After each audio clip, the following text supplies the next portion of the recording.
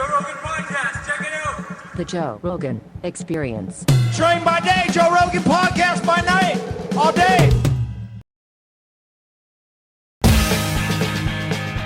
Young Anthony Cumia, my friend, good to see you. Everyone calls me that. Young Anthony Cumia. Well, he's young Jamie, so you must be young Anthony. Dude, there is not a fucking show on earth that inspired me to do a podcast more than Opie and Anthony. That is a fact. I love hearing that. It's a fact. And, you know, to be a part of the cycle that you went through in your head to build this empire that you now have, I'm honored. It's 100% true, and it's not just that. It's also you when you were doing live from the compound, when you were doing it from your house in the basement with a machine gun, singing karaoke, hobby with a green screen behind you. I was like, he's having so much fun. Jamie, do we have a bottle opener? This is. I thought this was a regular one. Is it? No? I can open a bottle with anything. By the way, I can open with a lighter. I can do that. Yeah, lighter. Yeah. My dad taught me with a belt buckle when I was out in California, learning to be a man. Under my father's tutelage. This is from Phil's buddy. What was Phil's buddy's name? The guy that, Phil Demers? His buddy who's like a big time beer freak. You got to try some of this. It's very interesting. It's beer, but it does not taste like regular beer, but it's very good. And I slum it all the time with just buds. Yeah, I mean, people are like, oh, Budweiser. It's like nothing better. You could pound a case of buds sitting out by the pool. But then occasionally, cheers. Try something else. Cheers, Joe. Good to see you. Good to be in Austin. Good to be here. Weird, right? Definitely a lemony thing going on. Well, it's got a lemon on the cover. A lot of lemon. Wow. It's called Foos. This really pinches the back of your tongue. Yeah, it says wheat beer with peaches. Oh, it's a peach. Oh, there's a peach in there too? It looks like a lemon. It tastes like a lemon. I guess it looks like a heart with a leaf. That ain't bad. Anyway. Good stuff. Yeah, I can't imagine. I always have to think, whatever I'm putting in me alcohol-wise, what'll that taste like coming out? And this would probably hurt. A lot of heartburn. You think? Yeah. If you were throwing it up? If you're throwing it up. I don't think so. I think it'd be pretty smooth. It's not that bad. Shouldn't you not throw up from drinking after like 40? You shouldn't, but you're probably going to occasionally. It comes with the territory. It depends on how deep you go. Yeah. You're not going as deep as you were in your 20s. Sometimes you want to throw up, right? Sometimes you get back to your house and you're just like, let me just get this out of me. You do the finger thing. Just so you feel better. Just so you can sleep. And it's funny, if you got a girl in the house, you have to, you think you're being quiet, but there's no being quiet when you're, especially that dry heave sound, that into an echo chamber. A porcelain echo. It's like the old Victrola speaker. Yeah. It's just pumping out your groans. So we were talking before this podcast started that when you left Opie and Anthony, you went and decided to do your own thing behind a paywall. Yeah. So you're like in this position, you're sort of uncancelable. You don't have all the trappings that everybody else has in terms of like sponsors and people coming after you. You just have subscribers. Yeah, this was a conscious decision because I saw it coming a while ago, the what they call cancel culture thing. Well, you guys get hit with it first out of all the people that I've ever heard of, because when you guys had that homeless person on who said he wanted to, what did he say, he wanted to rape Condoleezza Rice? Condoleezza Rice and the Queen of England and the First Lady. I gotta say something about that, though. We had just gotten to satellite radio from FM radio. And to us, this was like, all right, it opens up a whole new world of what we can do. So I thought, what better place to just showcase a homeless person? Let's see what rantings and ramblings come out of a homeless person's mind. So bring him up in the studio, put him in front of a mic, and let him go off. It's satellite. It's not no FCC rules and regs.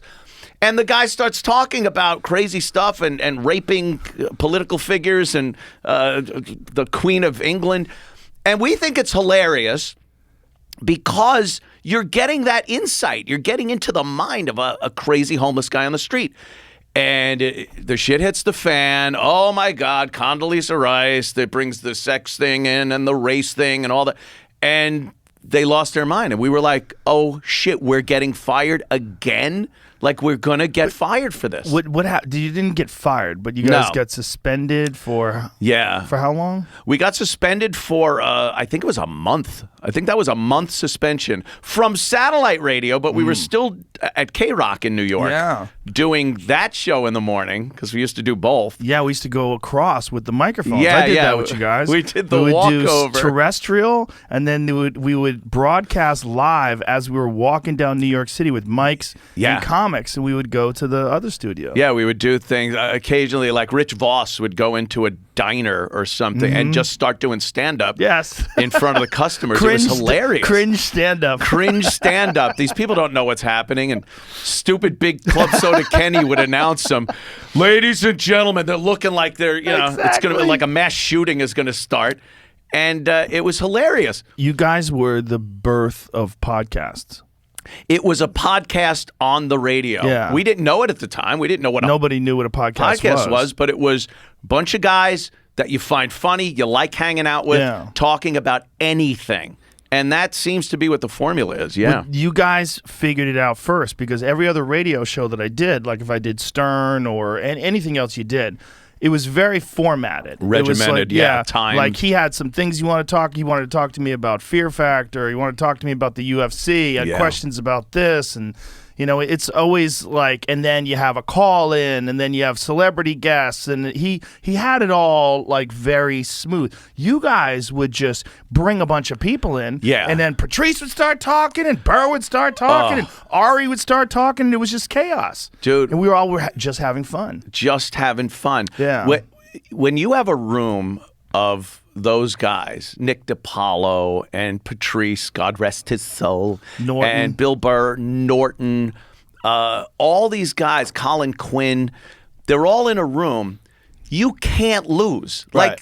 As people will hear it and say, holy shit, that was one of the funniest shows. And it's like, what show? The Opie and Anthony show. So people remember the name of the show. Yeah. But all these other guys are delivering this amazing, funny comedy. So it worked that way. And we embraced that and just started bringing these comics back on in different combinations. Because you know better than anyone, some of the funniest stuff you'll ever hear are guys shitting on each other. Yeah. And when someone was in, we called it being in the barrel, and that could consist of wearing a shirt. You come in wearing a shirt, and Patrice goes, "What the fuck? What kind of shirt is that you wear? Where the fuck you get?" And now everyone's on your shirt. Yes. Now you're sitting there going, you're looking at all the comics going, "What can I use to get this off me?"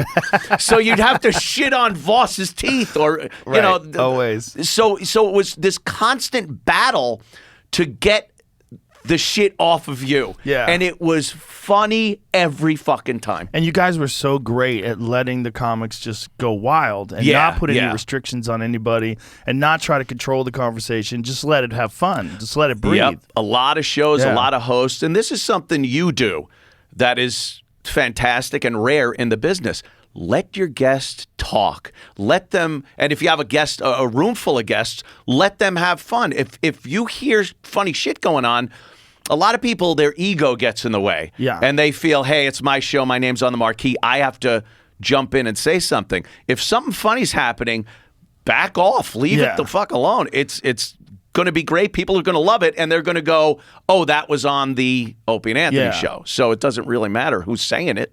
You guys had figured it out. It really is the birth of podcasts. And I learned a lot from doing that show.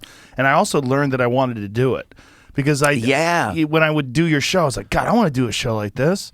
I want to do something like this. Because it was when I did regular radio, if I did on tour, I would say, oh, that may be fun to do a regular radio show. But then I would be like, they will never hire me. I will say something stupid. I'll get fired. This is not going to work out for me. But I do your show, and I'd be like, I'd be like, I think I can do this. I think I could do this. I was paranoid because I never went to school for radio. I was in construction until my early to mid 30s, dude. Yeah. I got into radio late. And my impression was always, if I didn't know the alloy of the metal in the transmitter antenna, there's no way you're getting into radio. Like, I thought you had to know all this shit that they taught you in radio school. And the fact of the matter was, these jocks were constantly looking for somebody that was entertaining. Yeah. Like, I never realized how desperate a lot of these jocks are for somebody that could make people laugh. Well, someone with varied interests too. Someone who was interesting, who could talk about different things. Talk about a lot of different things. You know, sometimes you gotta talk out your ass, like you almost kind of know what it's about. Yeah, for sure. But this the other thing about like what you guys did was you created a safe place for men. Like where you could just be a fucking idiot. One of the last bastions of... That's the thing. It's like there's a lot of men out there, but there's not a lot of entertainment that's geared towards men. And one of the things that comes up on my podcast when the advertising people get to talk and they're like, Jesus Christ, he's got like 94% men. Like, what is going on here? This is crazy. I'm like, they're not represented. They're not. Men are not represented. It's like, I don't know what the number is of regular television, but it's not geared towards men. No, not at all. There's like The Talk and The View, and there's a lot of these shows that are geared towards women. But it turns like a man show, you can't have a male-oriented show on network television. It would be toxic. It's a personal affront to feminism and women, and regardless, it's just men being men. Which is weird, right? I don't know where this idea came from that in the past even couple of decades, which, you know, relative to a tortoise or a mayfly, you know, it varies how long a period of time that is. But in that period of time, we as humans were supposed to have physically and mentally evolved to this point where men don't still want to talk about tits and cars and lifestyle stuff and guns. Bash each other. Guns, of course. Like I think there are people that actually think we have evolved out of that. You know why? Because of being there's a lot of brainwashed. A lot of men that are henpecked and they work in some terrible job where human resources is breathing down their neck, and they have neutered themselves and they put themselves into this position of like this sort of like non-man. And then non-man. Yeah, and then because of that, they chastise other free men. Like, look at this. This is toxic masculinity in its finest form. And they say all these crazy things like, you can't be. You're not free. It doesn't. And it's also equated somehow or another with cruelty, with being a bad person, with being a shitty person, just by joking around or doing the things that we like to talking about the things that we like to talk about. Yeah. I hear punching down a lot is a bad thing. That was your whole show. That was the entire show. The entire 20-year history of the Opie and Anthony show. There was never a punch that got past the 180-degree mark. You guys don't get enough credit. I really say it every time I can that you were the inspiration for podcasts, without a doubt. It really is. For what I think for what Howard did for the shock jock genre in radio, we kind of were right at that precipice of radio and podcast. When that happened. And I think what we were doing was better suited to a podcast than it was a radio show. Yeah, I think so too. But it was a great radio show too, though. But it was a great radio show. It's just the problem is the suits. Yeah. The problem was not the content. Always. The problem was the suits. The problem is people go, hey, you can't. This is not. Like, meanwhile, did you just see what happened? Everyone was crying, laughing. That's entertainment. Yeah, and that's what they want. Yeah. It got to a point where early on, even when I got in, which was, again, late in the game, but early on in the 80s and 90s, all they gave a shit about were ratings. If you had ratings and you did something stupid, you'd get this slap on the wrist in public, and behind the door with the GM and the PD and all the other management people, they'd be like, oh my God, that was great. Great job. Oh, look, take off a week, paid. We'll say you're suspended, and that's it. They really did this. And we went through a few of those. And it turned into they really did get mad. And they really started suspending you without pay and firing you. And these were these suits, like you say, that just didn't understand the talent end of the business anymore. And when radio stations were owned by mom and pop operations. We were at WAAF up in Massachusetts, and it was owned by Zappis Communications. I met Zappis. I met the guy. When we went to Infinity Broadcasting, there was no Mr. Infinity. There was Mel Karmazin, and there was all the suits from CBS. It got big. It got real big. CBS has affiliates, and they also deal in laundry detergent with this subsidiary. And like, you say something, and baby diapers don't sell. Like, that's when it got really fucked up. and personalities weren't able to do what they do anymore because now you're fucking up their sales in the burger industry. And, Zappis owned a fucking radio station. Yeah. And he loved when his radio station got ratings. That was all there was to it. Now, it's all a conglomerate of bullshit. As things get big, when they get bigger, things generally get more complicated and you lose any freedom. You lose any of the magic. One of the best things that happened with this podcast, like in this weird journey from doing it in my spare bedroom to doing it in a weird studio to all the way to Spotify, is this is the fucking show. Yeah. It's a skeleton crew. And there's some people behind, they're like, I have a manager.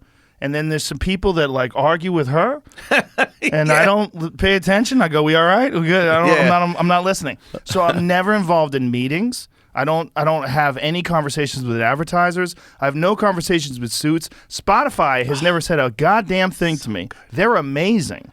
Isn't that great? They're fucking great. They don't say shit. And I tested it too. Like when I brought Alex Jones on. Yes. I was like, let's see. You guys talk a lot of shit. Let's see. Fluoride turns the frogs gay. Yeah. And you're like, oh, okay. It wasn't fluoride? No. I think fluoride. Some other stuff. It might be something else. It's the phthalates, whatever right? it is, it's obviously the globalists. Yeah. Well, dude. I love that guy. That fucking guy is right way more than he's wrong. Oh, my God, yes. Way more, especially now when people are talking about actual microchips being injected into your arm to see if you have COVID-19. He's like, I fucking told you, Joe Rogan. It sounded preposterous years ago when he was saying a lot of this stuff. Yeah. And as it all starts coming to fruition, you're like, wait, Alex Jones had it? Yeah. He was the guy that was saying all this? But then other people have said he's thrown so much shit against the wall, something's got to stick. That's true, too. That's true, too. But I think it's like, honestly, he's right 80% of the time. Oh, yeah. Don't get me wrong. Yeah. I adore the guy. I sit in for his show. I was doing every Thursday. I would do the last hour of his show. I'd do a crossover with him, and then I had the InfoWars logo behind me, and I would do his show, and it was great. It was fantastic. Yeah, I love the guy. He's recently. another guy that just has been canceled. Yeah. And has to just keep chugging along. Tell you what, though, they have removed him from all social media and all that stuff, but he's doing great. Like, oh my God. His subscribers are very high, and his studio is 2 miles from here. Dude, I've done his show. We got hammered and high. Oh, I know. I've seen. Ridiculous. Talked about interdimensional beings and interdimensional beings. I love the guy. When I see a video, if I see someone sends me a video and I see Alex Jones peeking out of the top of that armored vehicle with a bullhorn, I'm like, I am fucking watching this. I've been to that armored thing. He's got that thing out there. He goes, yeah, we got this just in case it's protests. Sometimes we go to places and Antifa wants to come after us. We just hide in this thing. It's hilarious. Like, I think what mainstream media and the people, the powers that be, they have so many names in their dark little corners.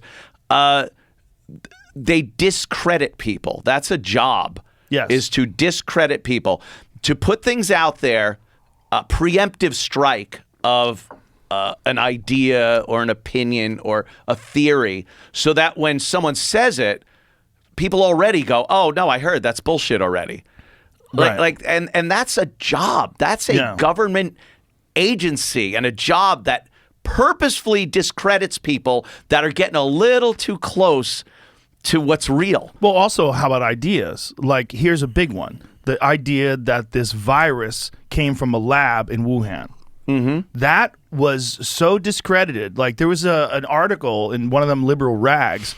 It's like Joe Rogan promotes harmful lie about, Wuhan lab being the source of this virus. Like, no, it is most likely the source of the virus. Sure. They don't know exactly, but there's no transitionary animal. There's no animal that they can show it jumped from this to this so to humans. Quickly and it's also, so efficiently. Yeah. So, I mean, you saw Rand Paul talking to Fauci about great. The gain of function research conversation the other day. Yes, I love Rand Paul. And the fact that he got him to sort of skirt around the truth. Yeah. The way he was addressing those things. Yes. And he's like, look, you do fund that. You fund it right here in America. By the way, Dr. Rand Paul. Yes, that's why Which it helps. is a huge issue. Yeah. They hate that it's Dr. Rand Paul.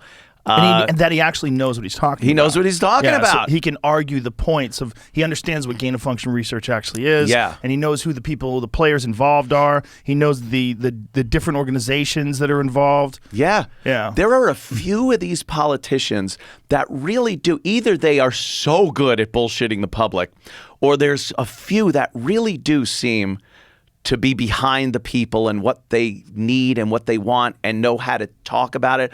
I know one of the rising stars, and he's been in the business for years, is Ted Cruz here in Texas. Ted has come out after the Trump thing from going from this guy that people went, Ted Cruz. Now he's like, tough guy. He gets up there. He starts interrogating these people. When he was talking to them about censorship. Yes. Yes. It was very good. He was was very good at that. Now, do you think he's sincere, or did he find a new act? It's a hard sell. Yeah. Because he got busted going to Cancun, and he said, I wasn't really going to Cancun. I was just going to come right back, but it turned out his ticket was like for 5 days later. And he's like, well, I'm back. But meanwhile, you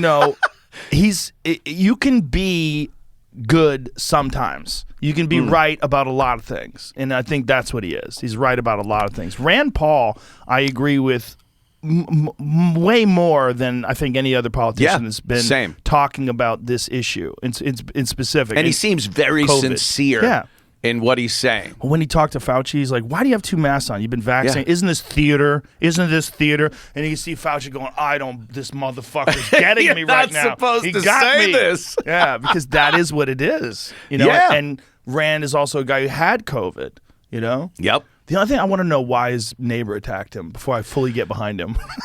Isn't that weird? There was no real answer to why his neighbor almost killed him. Broke his lung. Yeah. Tackled him, snapped his rib. I mean, what the fuck was going on there? What did you say to your neighbor? Yeah, there were 2 sides to everything. I don't know. I would like to know both sides. Obviously his neighbor's wacky because he attacked him from behind and tackled him, and Jesus Christ. Any of those neighbor wars are always hilarious. Yeah, I remember Brewer would tell a story years ago about the pizza guy that lived near him, and it's a great story. It's way too long to even kind of amend here and tell you, but he was a mental patient. And Brewer had to deal with him, and Brewer, he's not really into conflict like that. But it's funny. But I love those, especially now with the cameras everywhere. Like cameras being everywhere has changed our society. And again, I don't know, for the good. Like social media is terrible. I've said for years it's one of the worst things that have happened to us as a people. Maybe we shouldn't be able to share so many ideas with each other. But cameras, have you noticed every crime that happens, they got 8 different angles on it now? It's weird. It's amazing. Yeah. I don't think there's anywhere you can go to kill someone anymore without, unless you're in a national park somewhere. But even then, you don't know. You were saying they caught that guy that did the mass shooting in Times Square? Yeah, they got that guy. They got him on camera, right? A bunch of different security cameras. And you'd think, like, these aren't good people that you look at the picture and go, oh, I know who that is, but I'm going to keep it cool. Like, people are like, oh, yeah, I'm turning this guy in.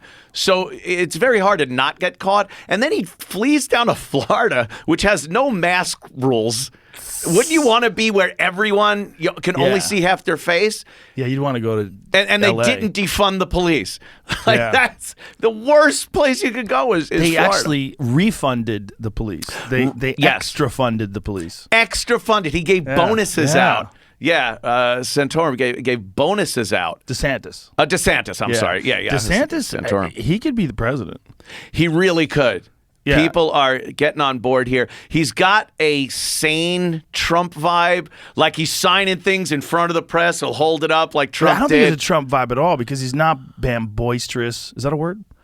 It should be. It should be. It's not. Right? It describes Trump. I don't know if that's a word. Boisterous. It seems like it should be. But it's more of that in-your-face, unapologetic He's part. unapologetic, but he's actually rational and calm. Yeah. And even when he talked about opening up Florida and everybody was criticizing him, he did it on a chart, and he showed we're going to protect our vulnerable. And he says it calm, and it's like an even keel when he has the conversation. There's no crazy...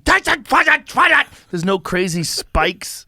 You don't like the crazy spikes? Well, they get people a little nervous. Dude, I was and it's weird because I really can't separate sometimes the entertainer. Pardon everyone charged for defying COVID rules. Wow. He's going to pardon everyone? Well, a lot of people are going to move to Florida. Is it retroactive? Like if you get busted in New York and you go to Florida and they'll let you off the hook? Yeah, sure. Like that guy who owns the gym? Just in Florida. That poor bastard. Just in Florida? He come, like, Yeah. Oh, my God. The guy who owns the gym in New Jersey? They boarded it up, and he's got to bust it down, and then the cops show up. And I can't imagine these cops want to do this. No. It's the health department. They want to reinforce this idea that they're in control, and then it's a game. Because once they're in control, and then you violate that, especially gyms. They're literally the healthiest fucking place on earth. Yes. It's like where people actually go to get healthy. You're preventing them you're keeping them from the one thing that's been statistically proven to aid your immune system, other than vitamins. Exercise. Yeah.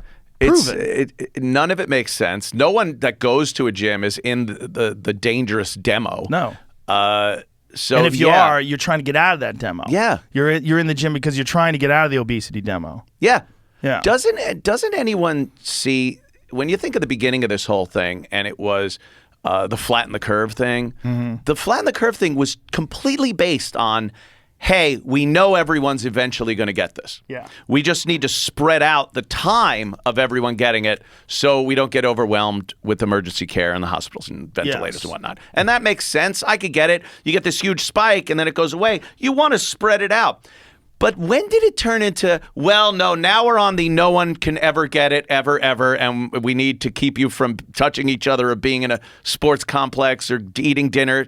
Like, that was never supposed to be part of it. It was we were supposed to get this as healthy people getting a flu. Protect the elderly, protect the pre-existing conditions, people with asthma or other problems. When did it turn into, hey, you want to see a Yankee game? Well, you got to have your phone with a code on it now. And I'm not kidding. I watched this piece about this guy. It was a NBC News piece. This guy goes to Yankee Stadium. He's going to show you what it takes to go to a Yankee game.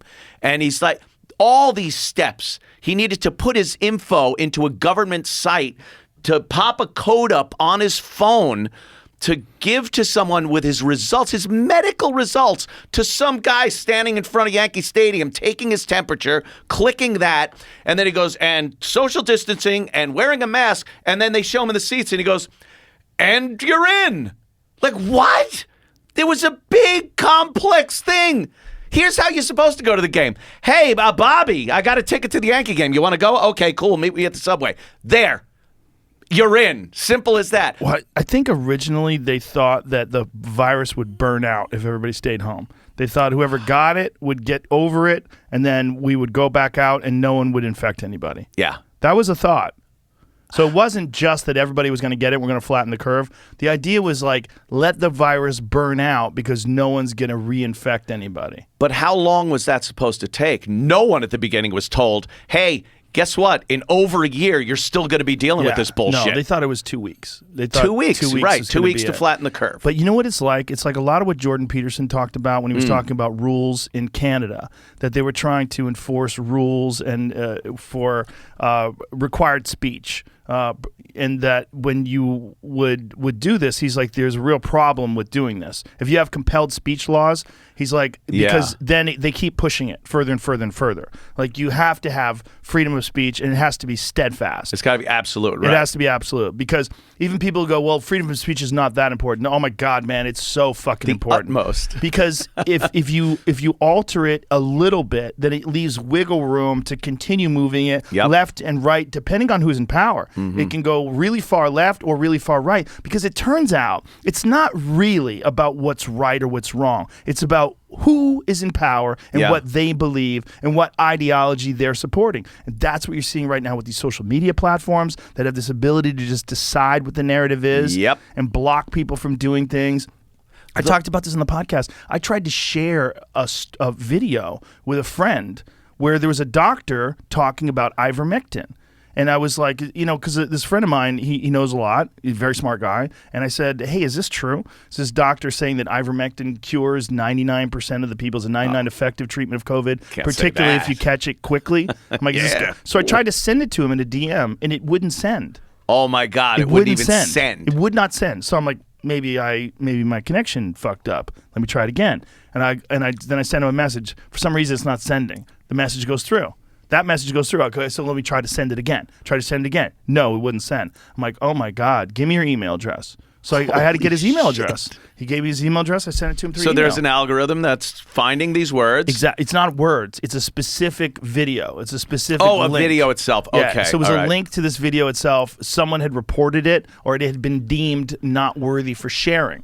But it's a doctor. It's an actual medical doctor who treats patients, who's discussing why ivermectin works, the effectiveness of ivermectin, and all of his success that he's had with his clients. But science. What he was saying, though, where it gets disturbing, he was saying that the reason why this is so controversial is because you can't fund vaccines when there's an effective treatment. Mm-hmm. He's like, then there's no incentive. Right.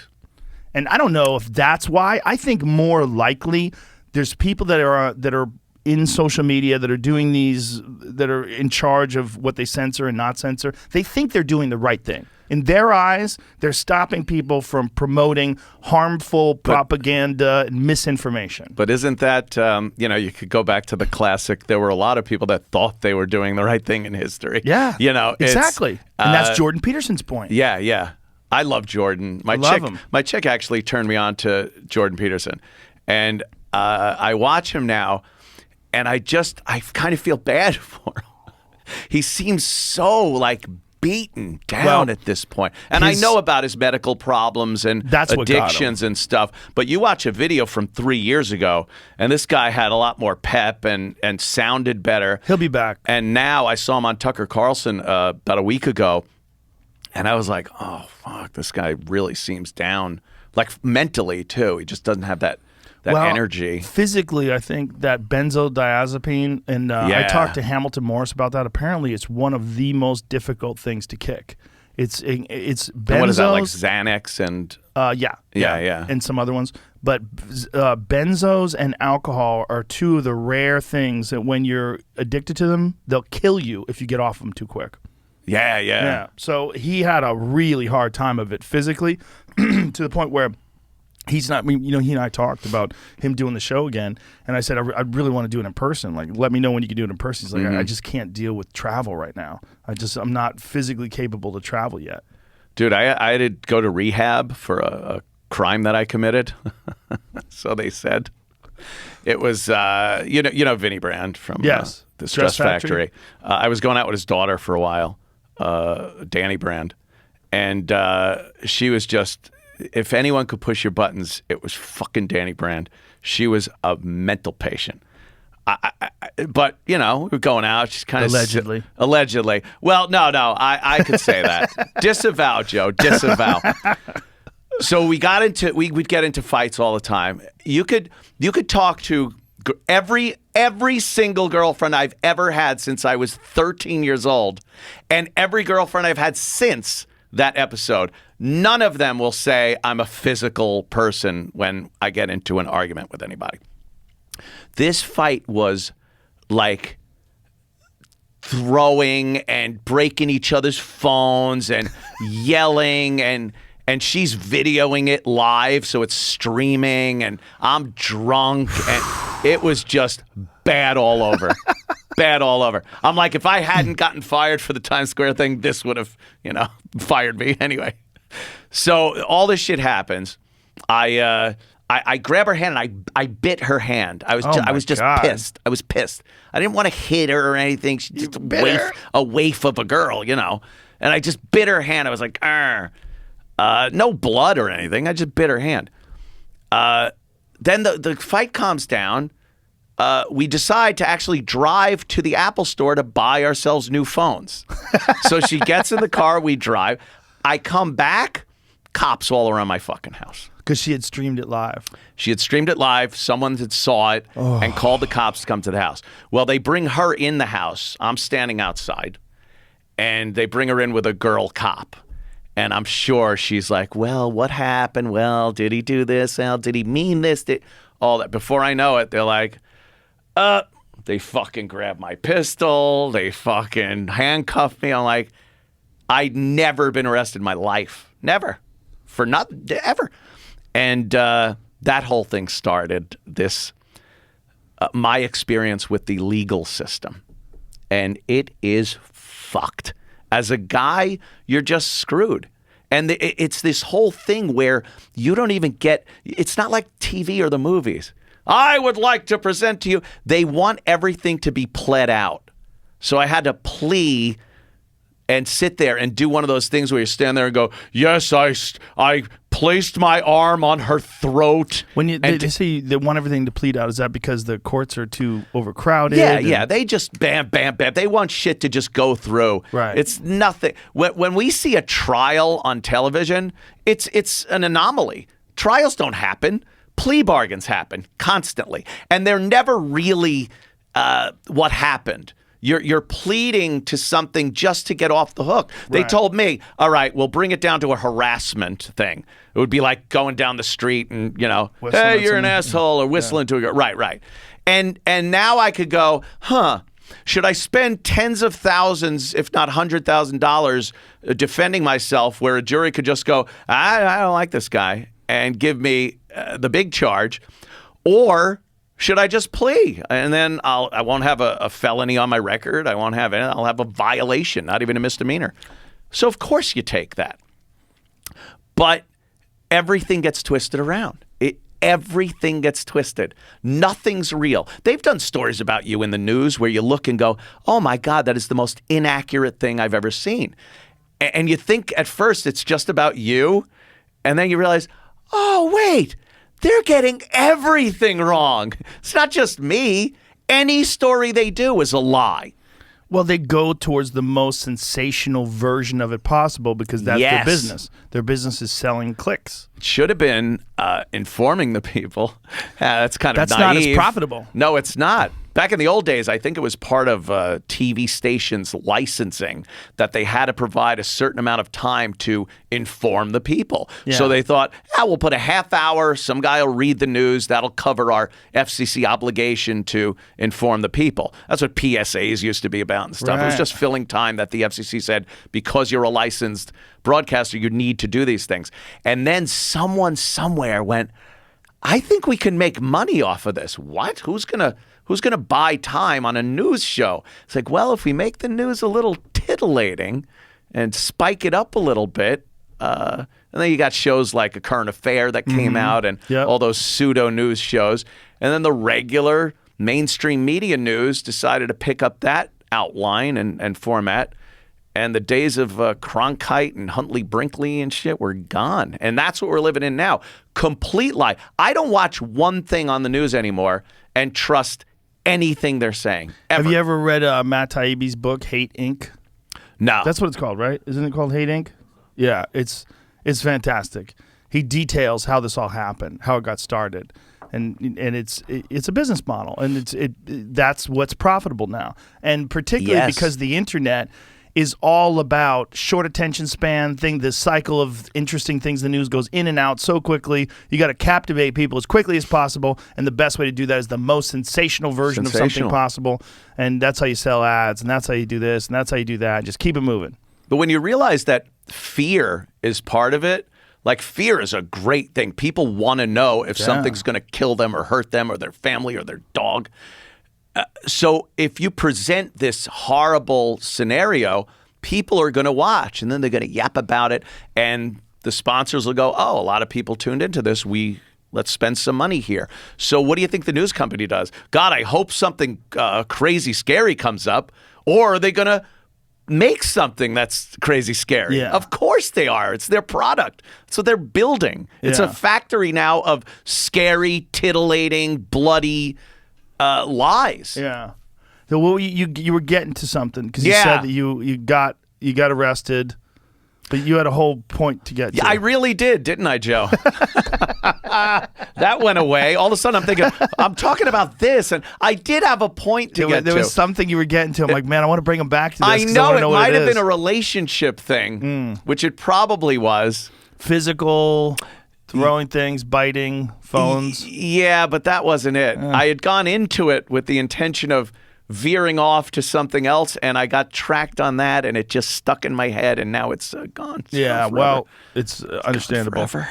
It's one of those things. We're going to be able to read each other's minds soon. I think within the next You think decade that's or two. The thing? Yeah, that's just going to pull us out of this. Now that's a scary prospect. It is a scary prospect, but it's no more scary than the difference between what it used to be when you left your house and no one knew where you were to now you have a tag in your backpack and your mom can track you every step of the way. Yeah, that's a thing. You Find My Phone. You use Find My Phone. If you're on the same account, you could see where your husband is. You could see where your wife is. You can see where your kids are. You could find your phone. You go, do. Oh, there it is, downtown. You know where everybody is. And then on top of that, everybody's geotagging their photographs. Everybody's putting their location data in their Instagram pictures. It's like we put way too much out. We're there. getting closer and closer and closer to being totally interconnected. And I think one of the ways it's going to get us out of this, that's going to be the savior of propaganda and bullshit. Wouldn't it be nice if we knew exactly what people were thinking? Oh, I don't know. Some people. We kind of have that with social media, things like Twitter, where we know what people are thinking because it's what they present to you. It's more of what they're projecting, and you have to use your ability to decipher bullshit to go, oh, this is virtue signaling. This is a guy who's trying to take some heat off of him, so he's going after that guy. You would know that. Yeah. Instead of just seeing like somebody bullying online, you would know, oh, this is a poor, lonely, sad, depressed guy.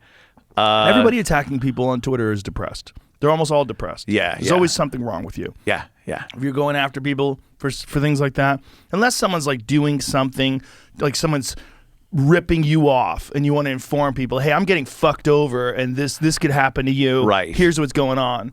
The people that are just attacking people, for the most part, they're trying to bring people down because they're down. That's almost all of it. We've seen it happen quite a few times. My brother is various cover bands. He's a great guitarist and does gigs all over the place.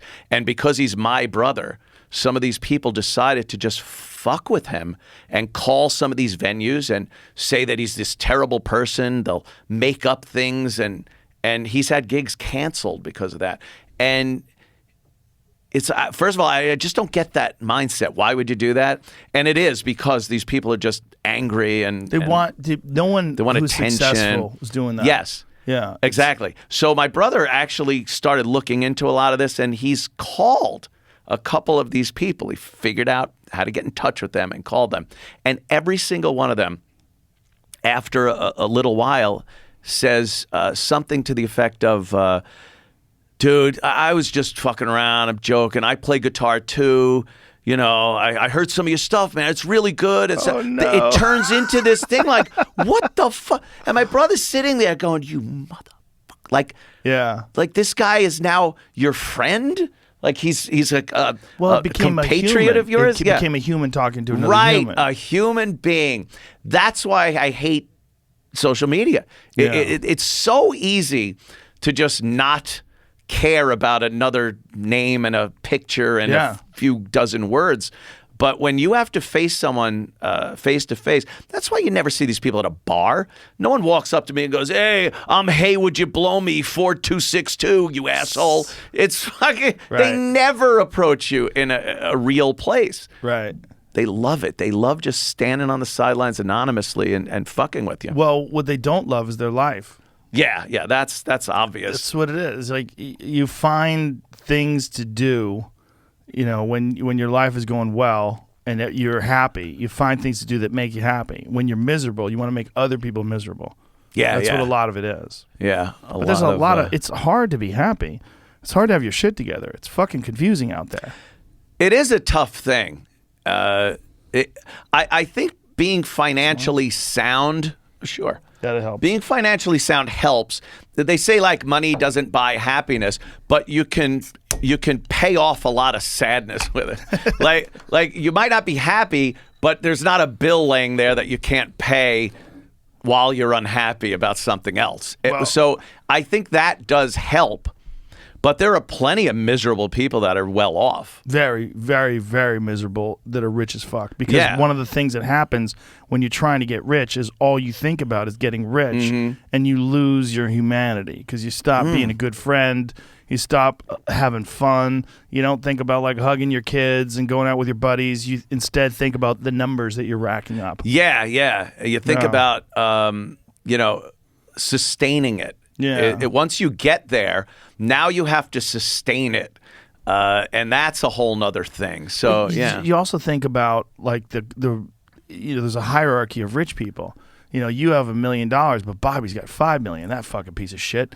And then well, Billy's cousin's a billionaire. Holy shit, he's got 1,000 million. Dude. Like that's what That's so funny. I swear, it wasn't long after me and Opie signed like an insanely lucrative deal with Infinity Broadcasting back in I think it was 2000. You want a cigar? Do you smoke cigars? I don't smoke cigars. I always feel like it's weird because I want to inhale because that's like smoking to me. So you kind of just let it linger in your mouth. I've smoked cigars before. Why, you got a good one? Oh, yeah.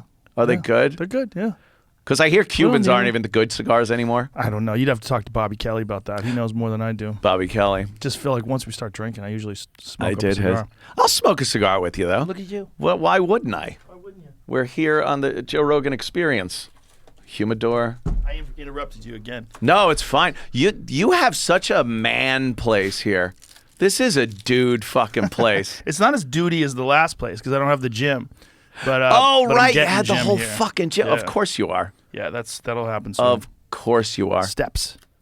I was watching a documentary about. It was like, are we in a simulation, the Matrix simulation? So I watched that. Some guy sat in one of those sensory deprivation tanks. Yeah. And I know you have one of those, and the way he described it of just losing his sense of body. Yeah.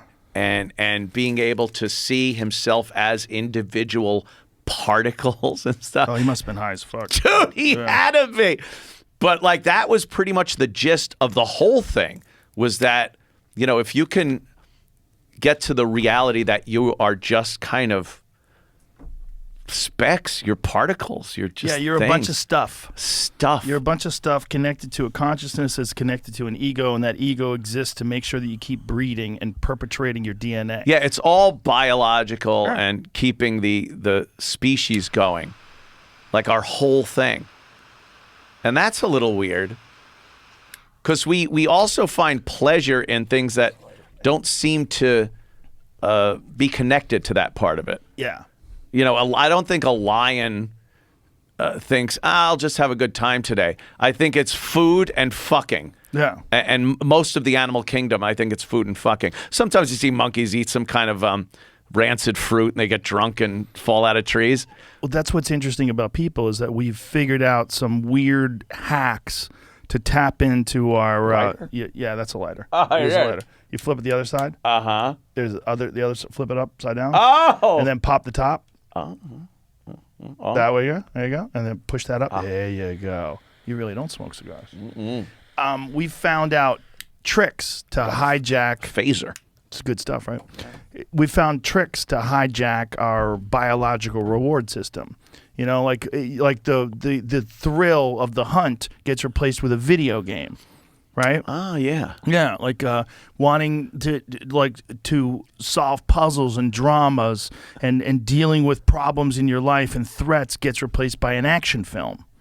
Where you're the hero. You pretend you're Jason Bourne and you're kicking ass and so saving it all the village. Still goes back to this biological reward system. Yeah, biological reward system. No places that get hacked more than porn, right? You watch people fuck, and you're like, yeah, that's me. I'm in there. I'm fucking. And then you can't wait to do it again because it's on tap 24/7. It's like you're living like Caligula. You're living like some madman, some Sultan of Brunei type character with a harem of 100 women that are paid to just sit around and wait for you to fuck them.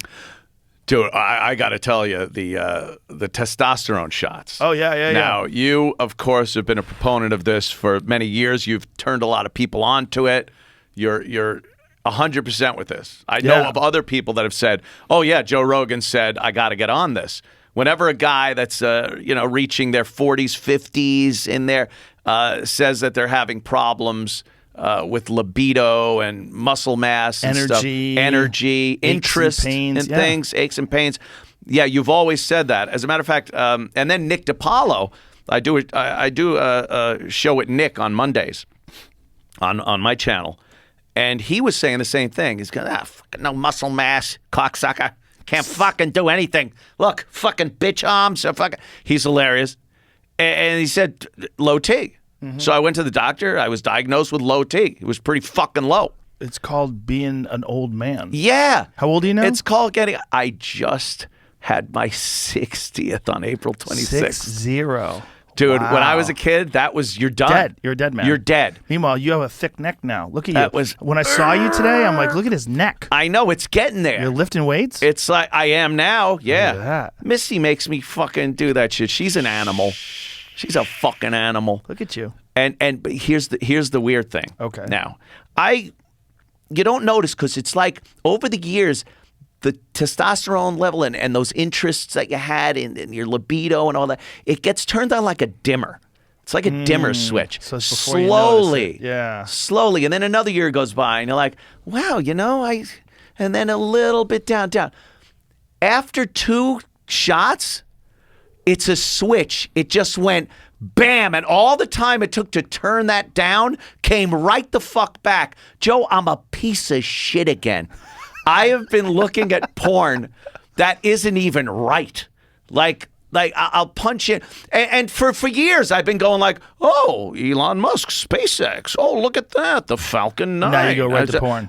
It's right to porn, and the porn is like college, red pussy, hairy nerd, like girls with glasses and big hairy red bush and stuff. Why? And because I don't know, Joe, because of the needles. No, I just found what was attraction. What was the porn that you were attracted to before this? I wasn't really thinking of porn. Really? I got to be honest. But why do you think it's like perverted porn? It isn't really perverted. I just like pale girls with big pussies. Like the hairy muff. Reminds me of when I used to see Back Barbie in the Benton days. in Playboy when I was a kid. Oh, so it's bringing you back. It brings me right back, Joe. So it's like you've basically gotten into a time machine. Yeah. Brought you back to when your libido was in full swing. Yes. And you're connecting.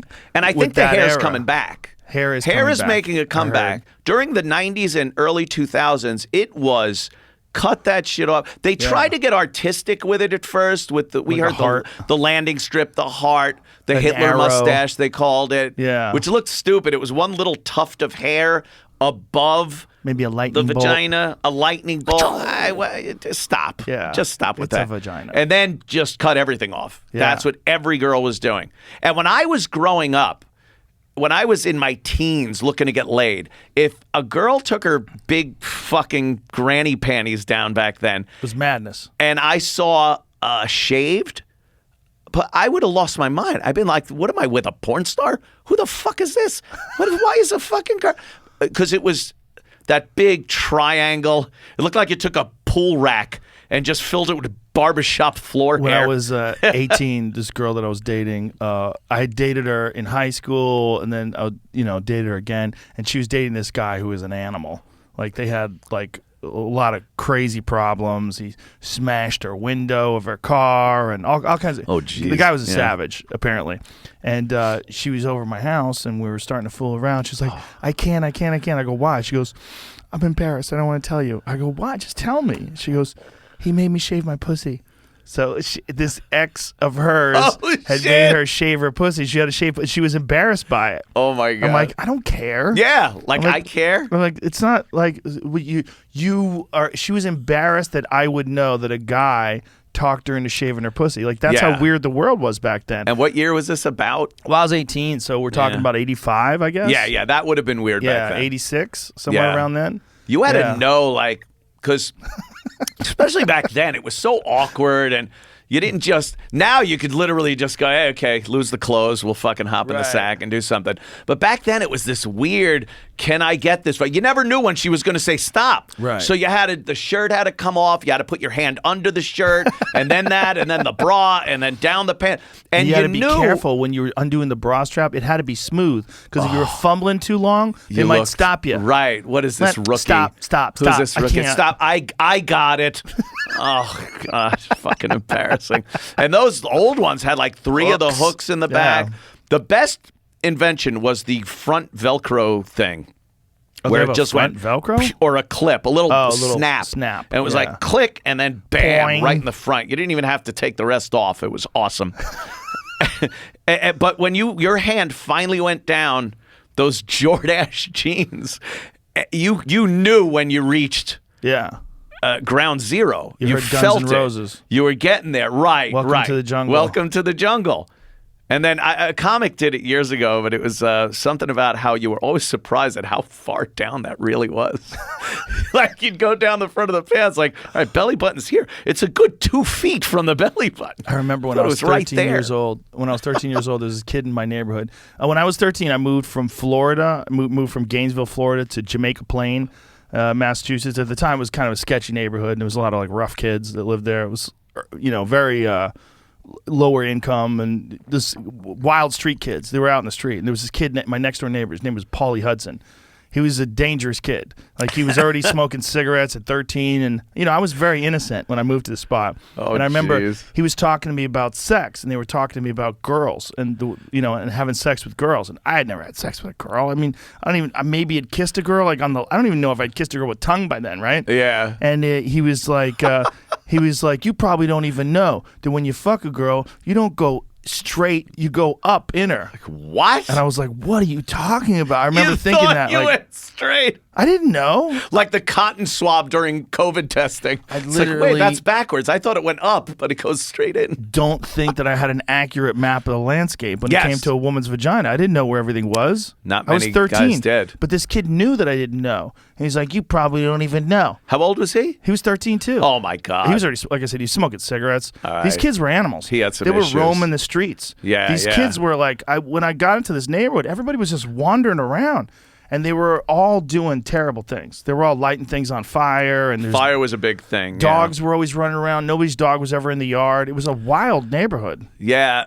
At 13, I remember kids like that. And then when they got a little older, the crowds kind of separated because some of them would start breaking into houses. Right. And like you'd stay away from those kids. It was this weird tree would grow of the really good kids and the really bad kids. The kids who took that turn. Yeah, and you'd sometimes go over and be like, all right, we'll fucking drive over some mailboxes tonight. Like that kind of innocent shit. But then someone would just take it way too far. Yeah, these kids were already breaking into houses. They were calling them B&Es. I had to ask what a B&E was. B&E. I was like, yeah, he's doing B&Es. I'm like, what's a B&E? Breaking and entering. I was like, oh, I didn't know. Like I was so in. I went from being this kid that grew up. I was living in San Francisco, and then I was living in a college town in Florida, and then all of a sudden Jamaica Plain. And Jamaica Plain in '78, I guess when I got there, '79, was fucking sketchy. Yeah. Like it was a lot of like dangerous people. I love it. When I was out in California, my dad lived out there, so I went out to live with my dad for a while. I was about 13 years old, and my dad was all about like man training. Yeah, it's man training. It's like, because he had me pegged as like, I was going to be this little fruity kid. I tell a story about when I made a marionette. I made a marionette. The only thing was it didn't have strings on it yet. And my dad's like, you are not taking that doll with you. I'm like, it's a marionette. He goes, a puppet without strings is a doll. He's just yelling at me. And I'm like, I start crying. He called me pissy eyes. And my mother's yelling at my father because he's yelling at me and poor little Anthony. So when I went out to California, he decided I'm going to get him a horse. I'm going to buy him guns. And this guy is good. So I got this black horse. And for my birthday, he got me a Winchester 30-30. And Ruger Super Single 6 pistol. And he's like, if I was just 13th or 14th birthday and I got that, I'd saddle my horse and ride up in the hills. And I would just ride up in the hills, shooting guns like a mental patient. It was great. It was a great, like I was Where in able California to be a were you? cowboy. San Juan Capistrano, where the swallows come back every year in Orange County. Oh, Orange County. Yeah, okay. it's in between San Diego and L.A. Oh, yeah, it's ranch by country the out mission. there. Oh, all horses, dude. Yeah. Everyone had a horse. There were hitching posts in front of the bars on Camino What? Capistrano, which was the main drag. Hitching posts. Hitching post. You could pull up with a horse. pull up, and people did, and you'd tie Are you allowed up to and- drink and drive a horse? Yeah, back then anyway. It's But I totally mean, different now. Doesn't it seem like that would be fine because it's not like you're in control anyway? It's not like a No, car. no, the horse is in doing control. all the work. I feel like you could be hammered on a horse and that's okay. I've seen many people hammered on horses back then because everyone was drunk. Doesn't that seem like that would be a different thing though? Like you shouldn't get in trouble for that. You shouldn't. Unless you cause an accident, maybe. Can you get a DUI riding a horse? Riding a horse drunk on Wow. public roads in California violates the law. Of course it does. California gets rid of everything fun. You can't even go outside without a mask on. The People versus Fong? That's So hilarious. some dude named Fong was trying to fucking have a good time on his horse, have a couple of brewskis, ride around. The People versus Fong. Imagine forever horse driving while drunk is connected to your last name. your You're like, last name. Come on, I'm the It's the first law. guy. You Me? did it. How many people were riding horses drunk before Holy this Fong shit. fella came along? Poor guy. Poor son of a bitch, Fong. That's kind of crazy that that's like a legal precedent. It's connected to this one dude. Imagine that. You just, Yeah. whip, woo. Yeah. Like, what the fuck? Well, you gotta make sure you have cowboy boots on too. A lot of people don't know cowboy boots are designed to slip on and off because your feet get stuck in the stirrups. Oh, and yeah, if the yeah. horse goes crazy, the boots just slip off, Gotta and then get that you out of fall there. out and you're okay. You don't get dragged to your death. Yeah, yeah. We got thrown off a lot of horses back in those days. Like, it was constant. Your horse would spook at something and Yeah. throw you off. And my dad's like, son of a bitch, you got to get back on that horse. Like the literally get back on the horse that threw you kind of a thing. So my dad was, he wanted me to, become a man at 13, 14 years old. So there was this girl, Buzz. Her name name was was Buzz. Her name is Christine. Kind of a big boned gal Why'd they call her Buzz? because she was constantly buzzed. She was constantly buzzed, and she was known around the ranch for being a little loose. Oh. So my dad, I think my dad noticed I was making like a lot of bathroom trips at that point because I had just discovered Started the fact jerking that you off? could jack off and do fun things like that. So he's like, all right, I got Buzz. I'll get Buzz and, hook him up. So my father and his girlfriend at the time, Corey, they go out and Buzz is hanging out with me. And I'm clueless, man. I am fucking clueless. And she goes, why don't you go up and take a shower? Because I've been at the ranch all day and fucking smell like horse shit and everything. And I'm like, I didn't even think, I'm like, okay, all right. We watched like Monty Python or some shit. And I go in, I take a shower.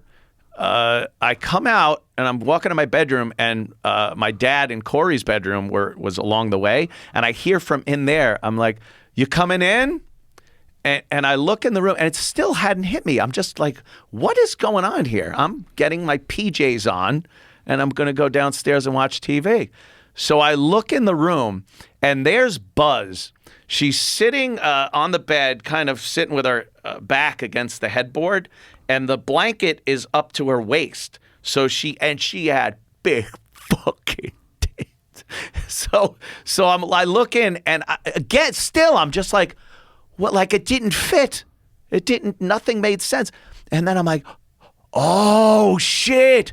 I think I'm going to have some sex. I'm going to be fucking a girl. You're 13?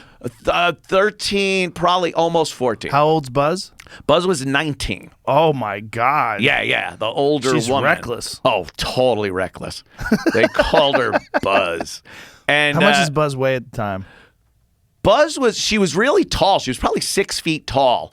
And she had a proportioned body for a 6 foot tall girl. Big tits, like very 70s hips and waist And kind so of thing. you're a boy, and this is I a am woman. a fucking She's a big skinny woman. little douchebag. It was, like fucking riding the Matterhorn. I was like into it. I got into bed with her, and she starts like rubbing her hands, and she goes to slide her hand down to my dick, and she's like, could you take your underwear off? I got into bed with my underwear on. I didn't know. What did I know? So I dropped those things, and then I learned very quickly at that point. And that is, you could mark it on a graph of when my fucking grades and everything just took a shit. Right at that point. All I thought about was fucking. I was in junior high. I went to school the next day, and I looked at everyone differently. I was just like, these guys don't know what fucking is. Now, how many kids in your class had already had sex? None. Yeah. Like none of them that I knew about. Maybe an errant uncle or two had gotten to them. It is funny. Like once that door gets opened. Oh, that was all I wanted. Yeah. And then we had continued fucking for almost a year.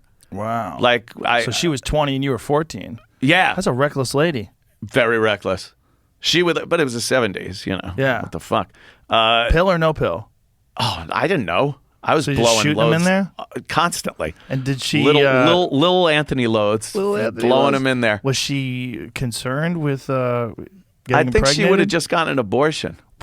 Hey, why don't you get one of those abortions? My brother got one for his girlfriend once. Is that what you heard? No, that was from Fast Times at Richmond High. Forgot about that. Yeah. Dude, that was my skull. One of those abortions. Hey, yeah, I got tickets. I had tickets for Blue Oyster Cult. Where were you? Like that guy, he was like 40 when they Times at filmed that movie. All those guys were like 40 when they filmed that shit. I love watching old movies and stuff, especially Twilight Zones and Alfred Hitchcock.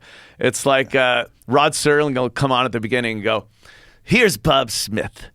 He's 22 years old. And you look, it's like, this guy's 50. Yeah, right? Yeah. And you don't know if they were just lying about the age or that's how a 22-year-old looked back then. I think people aged very quickly back then. Very differently. Yeah, because you look at a 50-year-old man in those days. Yeah. This is pre-testosterone replacement. Yes. That's a big factor. It is. It's a giant factor. You look at look at Mike Tyson today at 55 years of age. Yep. That didn't exist before. That Hell was no. Non-existent. Guy's a monster. Yeah, a monster. And yeah, back then, like I remember my grandfather at my age now. Almost dead. Almost dead. Yeah. I'd walk into my grandparents' house. He'd be sitting on a recliner with the Mets game on in front of him. And just like you'd hear, the son of a bitch. And he was fucking old, dude. And that was like... And tired. Yeah, tired, old. Yeah. He'd had it. He just wanted to check out. There was this other aunt we had, Aunt Aletta. Her name was Oletta. Oletta. Do people still call their kids Oletta? I doubt that's think a that's name. that one's Mildred. done. Things like that Yeah. are just done. Mabel. Could you imagine that? Oh, Mildred. Yeah. Oh, Mabel. I fucking Mildred. love fucking. You just never hear those names anymore. Yeah, Aletta. The only thing I have any recollection of her is right when we walked in the door once a year for a holiday. She was in a chair in the corner. And you went over, you gave her a kiss on the cheek, and no one talked to her. No one acknowledged her. She was just there until one day she wasn't there. And that was her whole fucking life. And I swear to you, she was probably younger than I am right now. Wow. It's so fucked up, dude. It is fucked up, right? Right? And you know what's really fucked up about the whole testosterone replacement thing is there's a lot of people that get mad that you're doing it. Yeah. They don't like it. Yeah, stop that. Stop doing that. Just be normal. You think it's, again, like a jealousy thing? Just go and rot slowly. People don't want to... Yeah, it's just accept it. Accept it. Yeah. Grow old gracefully. Fuck you. I don't know what you're talking about. Yeah. Yeah. I always said Sylvester Stallone was my canary in the coal mine. Oh, really? Watch that guy. He's like 80. Watch Sly. Bench pressing and shit, doing squats. Canary in the coal Keep an mine. eye on him. Keep an eye on him. See how he's Looks doing good. over there. Yeah. Fucking- He's like 25 years older than me. I'm like, keep an eye on him. That's a good, yeah. See how long you can keep this up. Dude, there's science, you know? There's Yeah. fucking science that's making us live longer. Lately, I've been doing hyperbaric chamber sessions. That Michael Jackson shit. Yeah, but I didn't remember that it was Michael Jackson shit until yesterday. But yeah, hyperbaric sessions. There was a university in Israel. They did a study that they did 60 hyperbaric treatments over 90 days, and it turned out that it lengthened your telomeres, which is an indication of your biological age, by 20 years. So it Holy reduced shit. your biological age by 20 years. But it's so boring. You lay in this tank for like an hour and a half. And you're not really feeling anything? No, I just take naps. I just go in there and take naps for an hour and a half, or I listen to books on tape. And I'm trying to see what I'm 22 sessions in. What is the actual physical thing that it does to you? That's a good question. Is it change the pressure? I'm a surface researcher. I get to the surface, I go, but looks Joe, good, I've read let's you're go. a medical doctor giving advice to young children. I got chastised by Prince Harry today. Prince Harry went in on me. Prince Harry! Hey, Harry, I can give you some advice too, buddy.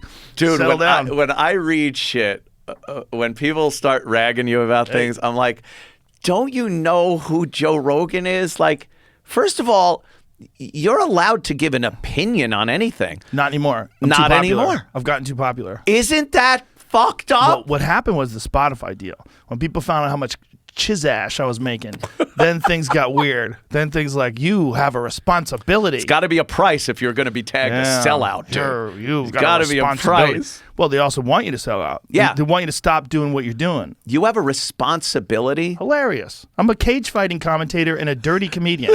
You're coming to me? I used to make people eat animal dicks on TV. You're coming to me for advice?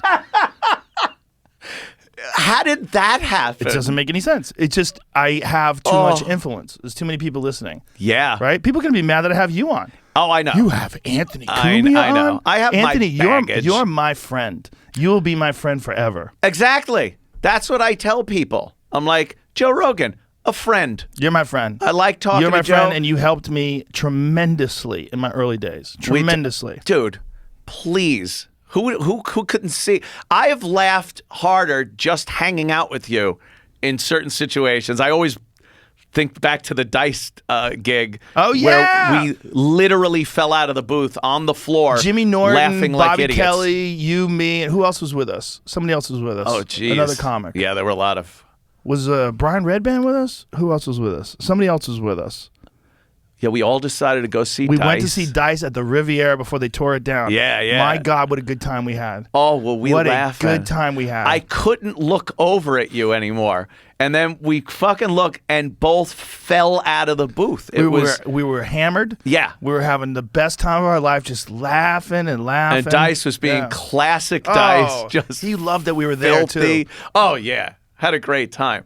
But yeah, that's, He had that bit about catching gay. How you catch gay. Like, Dice, like, pretends to be ignorant. Yes. So, like, he'll have these things. Well, he'll have these bits set up on preposterous science. Right. That he's like, this is what I heard. And he says it like it's gospel. Yeah. And this is the rules, science according to Dice. This idea that, like, some people are problematic and you're not supposed to hang out with anymore. You could eat shit. I don't give a fuck what you say. Because it's everybody. Yeah. It's I guess the last thing I just heard was what's his name? Oh God, from Freaks and Geeks and Superbad.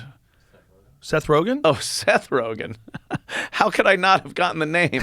I guess the Rogan thing was slipping. What did he do? Yeah, Seth Rogen kind of turned his back on his buddy there who's having these sexual harassment, at the very least, maybe rape allegations against James him. Franco? James Franco. I don't think it's a rape thing. I think it's like predatory behavior. Yes, like grooming or fucking Oh, grooming. underage girl. But I think the girls were 17. I don't know what the laws are in California. yeah. And of course they're going to give you shit regardless if it's legal or not. But I guess that's been a problem. And they questioned Seth about it. And he goes, oh, I haven't spoken to him and I don't plan to. Like, just sold him down the river immediately. You know, I don't like that. It makes me sad, but they're in a different business, and in that business, you have to be chosen. See, this is what I'm saying. Like, you have to be picked for roles, and if you get blackballed, you're fucked. Like, you don't have a standalone product, right? As a guy who has a podcast or as a guy who does stand-up, you have a standalone podcast. You have a standalone stand-up act. It's all yours. So no one picks you for a role. Like if Seth Rogen wants to do a film, like it's a dangerous proposition to be connected to someone who's problematic, because if you are, then someone can link you to him and go, hey, were you involved in this? And we can't use you. We can't have you. Meanwhile, how many of these fucking people were in bed with Harvey Weinstein? Yeah. How many of these people are, there's all these videos. How many videos of people thanking him? Smiling photos. Photos and thanking him. No one's being punished for that. Yeah. Why would Seth Rogen be punished? Because he's got this buddy who's one of the handsomest guys that's ever lived. Look how goddamn good-looking James Franco is. I mean, do you really think James Franco is struggling to get laid? Like, this is ridiculous. Like, I don't know what happened and what didn't happen, but it makes me sad that Seth Rogen has to say that. But I don't know what he's saying, so I'm just hearing this from you. He just said he's kind of, he didn't say I'm cutting him off as a friend. He was asked whether he works with him or will work with him because of all these allegations. And his answer was, I haven't, and there are no plans in the future to do so. Yeah, but like what he is was that? But hedging his bet there. But isn't that like what you, like, I have no plans in the future to work with Jim Norton. Right. But I would. Of course. But if someone said, are you working with Jim Norton? And if I said, I don't have any plans to work with Jim Norton right now, that just doesn't mean I would never work. You know what I'm saying? Like, but it seems calculated. But it might. But it also might be the way they phrased it in the article that they write about it. Oh, I get it. They'll try to what I'm saying? Fuck him over, make him seem seem like They might say scumbag. he threw his buddy under the bus, but maybe he didn't either. Maybe he was like, I don't know. I don't have any plans on working with him right now. It might have been innocent. You think there are phone calls that go back and forth and go, dude, I'm going to have to, don't pay attention to it. I love you, but I'm really going to have to call you a piece of shit. I'm sure. Just to get this gig. I need this gig. Well, Anthony, this is one of the main reasons why there's a problem with certain people that do stand-up in places like L.A., in particular, because you have to get chosen for TV shows and chosen for films, and you have to be constantly auditioning. Well, you also have to be selected amongst a bunch of other people that are also equally qualified. Yeah. And unless you're one of these Tom Cruise motherfuckers who can just like blockbuster every fucking movie, you're in a weird position. Where your business can get tanked if you get connected, whether it's fair or unfair, with someone who's a problem or with something that's a problem. So they're all terrified and they're all liberal. And I don't even know if they are all liberal, but they all pretend to be liberal. They all pretend to be or present themselves as liberal. And they do that specifically as a marketing strategy. Yeah. It really is a marketing strategy. Because I've had conversations. There was a guy that I did a TV show with once, and we were talking about there was just like ways of talking that they adopt. And one of them is when they meet someone, they say, nice to see you. They don't say nice to meet you, because what if you forgot you already met them? And they go, you already met me. And then you're like, oh my God, I'm fucked. Right. Because then they'll turn on you. You big timing me, you piece of shit? Yeah. Dude, I know this has happened to you because it's happened to me. You meet too many people, you forget you met someone. Exactly. You say nice to meet you. But if I say that and someone says, I met you before, I go, oh, I'm sorry. When do we meet? I'll try to fix it. I'll try to make it better. Yeah. I'm like, and I'll try to explain. I'm not trying to big time you. I just fuck up. I forget. My memory is very weird. They don't understand that my lie is a courtesy to you. When someone walks up to me and goes, hey, you remember me? And I'll be like, fuck yeah, man, of course. Right. And then like leave it at that. Right. Because I'm lying. And then that's when they go, all right, where was it? Don't fucking quiz me. All right, asshole, I don't remember you. And I won't next time. Mike, have this man removed. Bite him. Bite his hand. Bite him, you motherfucker. Yeah, it's this weird thing where you can't just. There's no empathy. There's no maybe this guy was friends with Harvey Weinstein and it was different. His relationship with Harvey was different. Maybe he didn't know. Like all these guys had to separate themselves from him. Or whoever it is, it's James Franco or any of these people. Like, you got to worry about being stuck in this strange category where you're a problem, where they don't want to use you for certain roles or use you for certain things. Yeah. it becomes an issue. Jordan Peterson said he was talking about the courage and bravery that it takes to actually say, "Hey, I agree with this. I don't agree with this. I'm that." And the more ridiculous things get, and the more kind of the more censorship we're getting, and the more ridiculous boycotts on people's right to speak, you got to say something. And the question is always, well, people are going to lose their jobs. They're going to lose their family, their livelihood, their reputation. And Jordan's answer to that was like, that's where the courage comes in. That's the courage part. It's easy to not do that.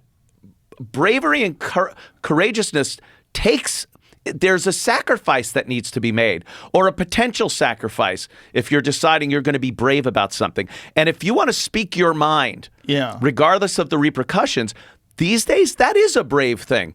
Yeah.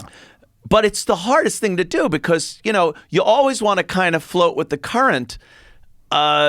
But eventually, down the line, and we've seen this happen, it's going to get to you. Yes. I mean, who just got screwed lately? That was just a bleeding heart liberal, and said some. What's his name? Oh God, Jeff Leach. You know Jeff Leach? No. Comic, English comic, good-looking guy. Very liberal. I've had him on the show quite a few times, and I get, from the fans, why you have this piece of shit liberal on? It's like, oh, sorry. Sorry I'm not having just people that agree with me on all the time. And we have great discussions about politics or, anything. Sports. Who cares? He just got fired he's the voice, the English voice of the demonic character in the Call of Duty games. Oh. When you play the campaign, not multiplayer. And he's that guy. Great gig. Well, they dug up some misogynistic shit. He's a comic. They dug up some misogynistic stuff, he said. Boom, he's out. And I will tell you, this guy is a staunch liberal. They don't care. They don't care what the context is. They're looking for targets. Targets now. Yeah. And I think they're getting mad that a lot more, if you want to dub it, I don't even know what labels to put on anymore, so I'll just say right-wing, conservative, Republican. They're getting mad that the names and labels and insults aren't really working like they used to. Like, to be called a racist now, it's like... Everything is it's racist. Everything. Yeah, if you eat peanut butter and jelly, you're racist. Racist. Milk is racist. Yeah. The guy on Jeopardy went like this, and they're like, oh, it said he's like, I won 3 times. I know it's a little weird, but whatever.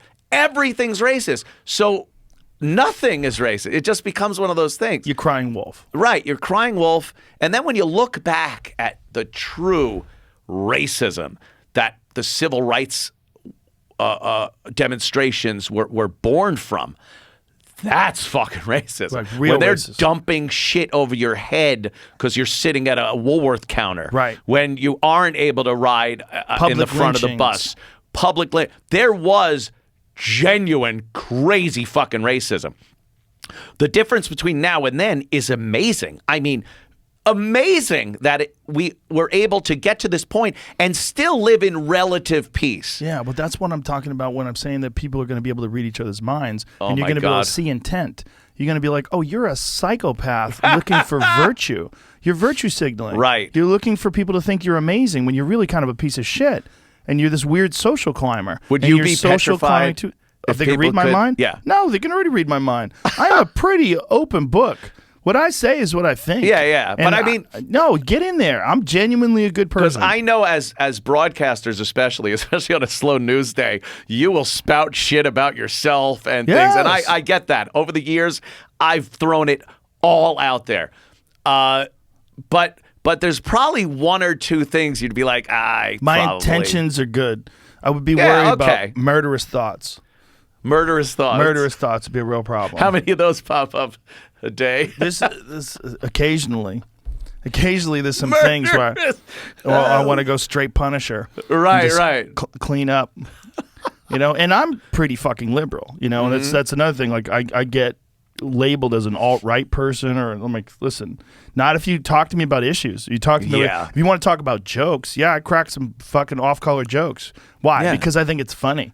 That's what I'm doing. I would assumed you understood what I was saying. Not only do I think it's funny, a fucking arena full of people Yeah. seem to think it's funny. I know what I'm doing. You know? Yeah.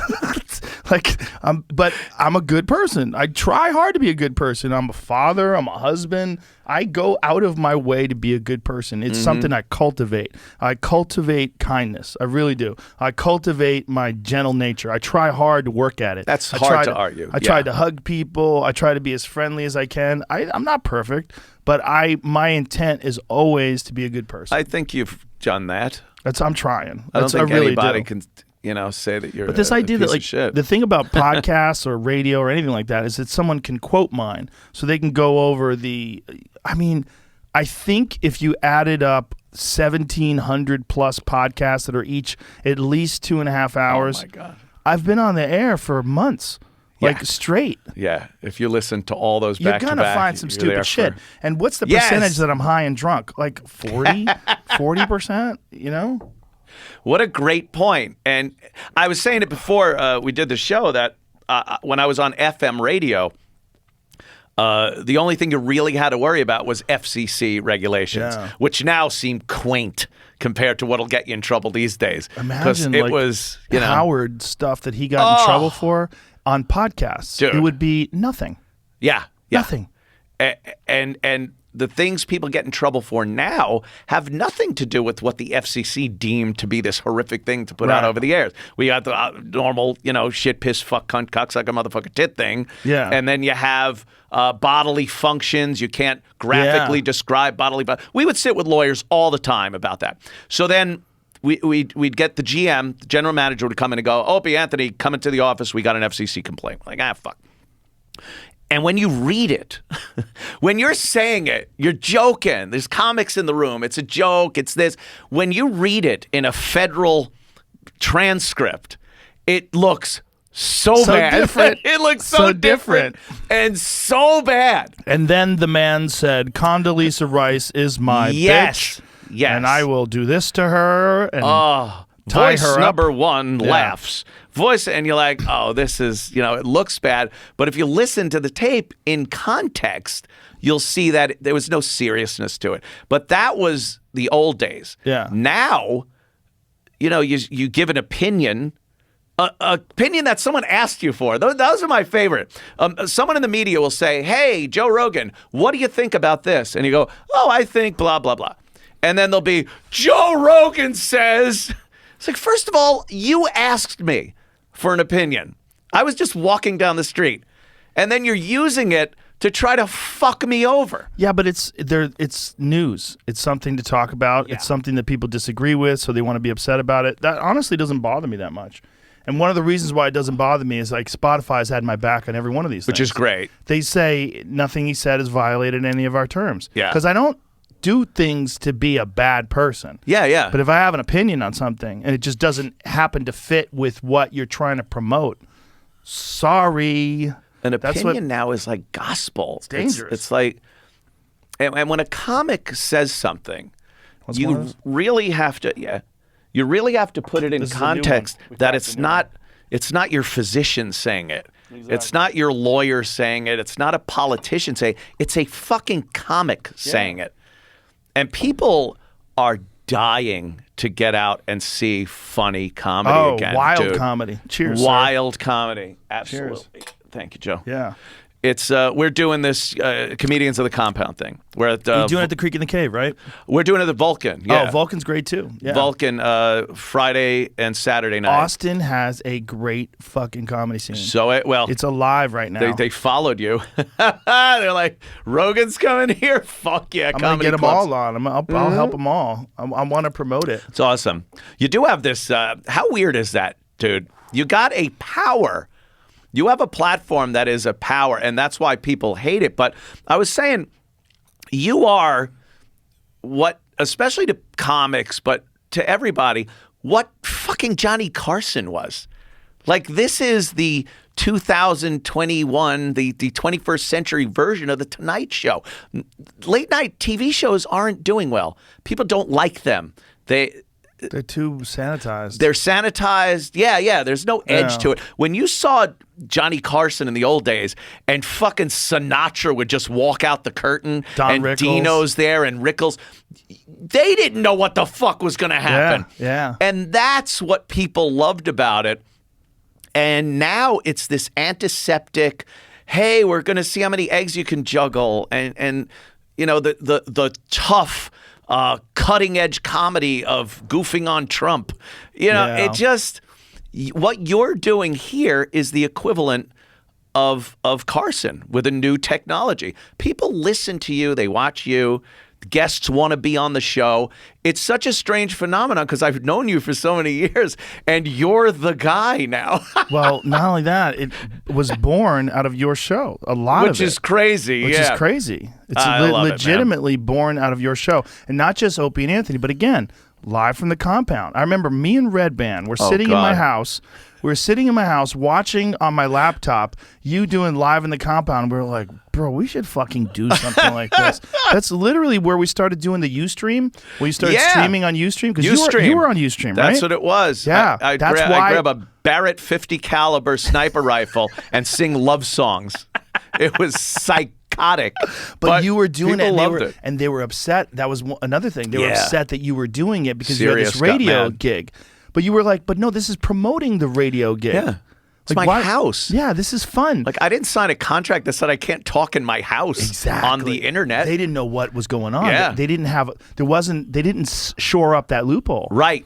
And that's exactly why I was able to continue doing it. And you had a full setup with like broadcast style microphones and real production cameras. Yeah, I wanted it to look professional. Yeah. I said I want it to look like a fucking drunk broke into a professional studio. Well, what it was like a drunk had a lot of money. Right. Well, it wasn't only like that. It was exactly that, Joe. And it was very appealing to me. I enjoyed it very much. Just having fun. Yes, fun. And it's one of those things where, I had my job at SiriusXM, but there were bosses, there's management, there's other people that you have to deal with. When you set up something like that, it's you. I could do whatever the fuck I want. Yes. I could do it. I had a girlfriend at the time that was like, I want you to do the weather. Like, I just know that this green screen, I could put a weather map up there and you just do it. And she's drunk and she's like, I think there's something coming. I'm like, this is funny. I don't even know what it means, but it's funny. And I could do whatever the fuck I want. Yeah. And like, you fucking took that to the umpteenth level. And wasn't for a while, what happened with Mark Maron? Like the Joe Rogan eclipse. Because Mark Maron was the guy for a while. He had Obama on he did at some point. On. And then, like, he was the go-to podcast guy.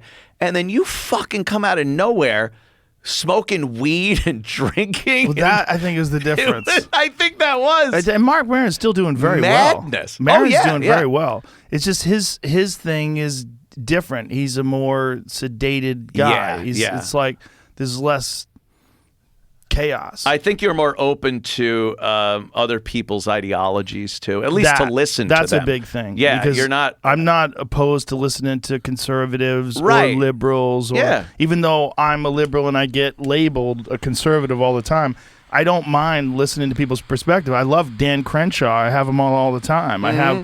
I have conservative people on all the time. I don't mind. But people get mad at me. Like, I remember this lady.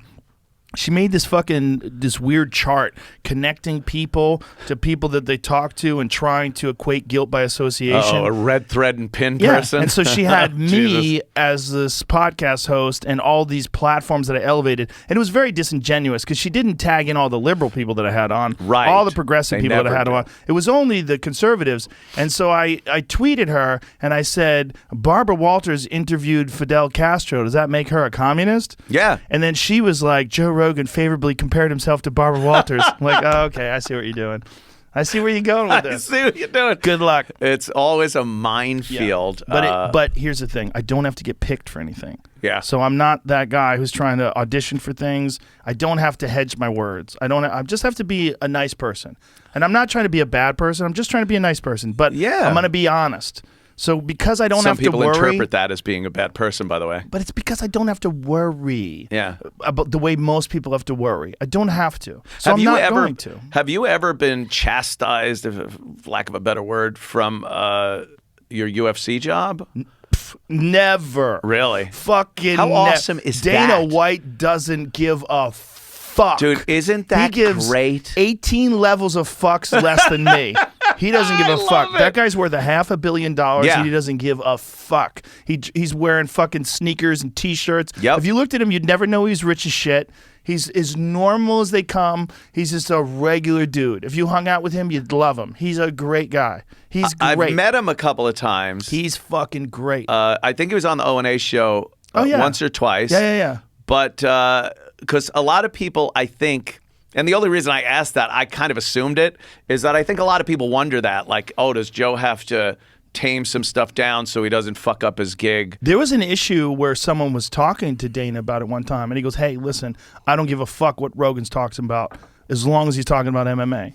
Yeah. When he talks about MMA, I give a fuck what he says about MMA. And he knows that what I say about, if I'm talking about fighters and fights, I'm always very respectful. I treat it with reverence. Oh, yeah. And I'm trying to do my very best. That comes across. To give to give life with these words to honor what they're doing. That's what I'm trying to do. That's my goal. My goal is to I'm like a professional fan.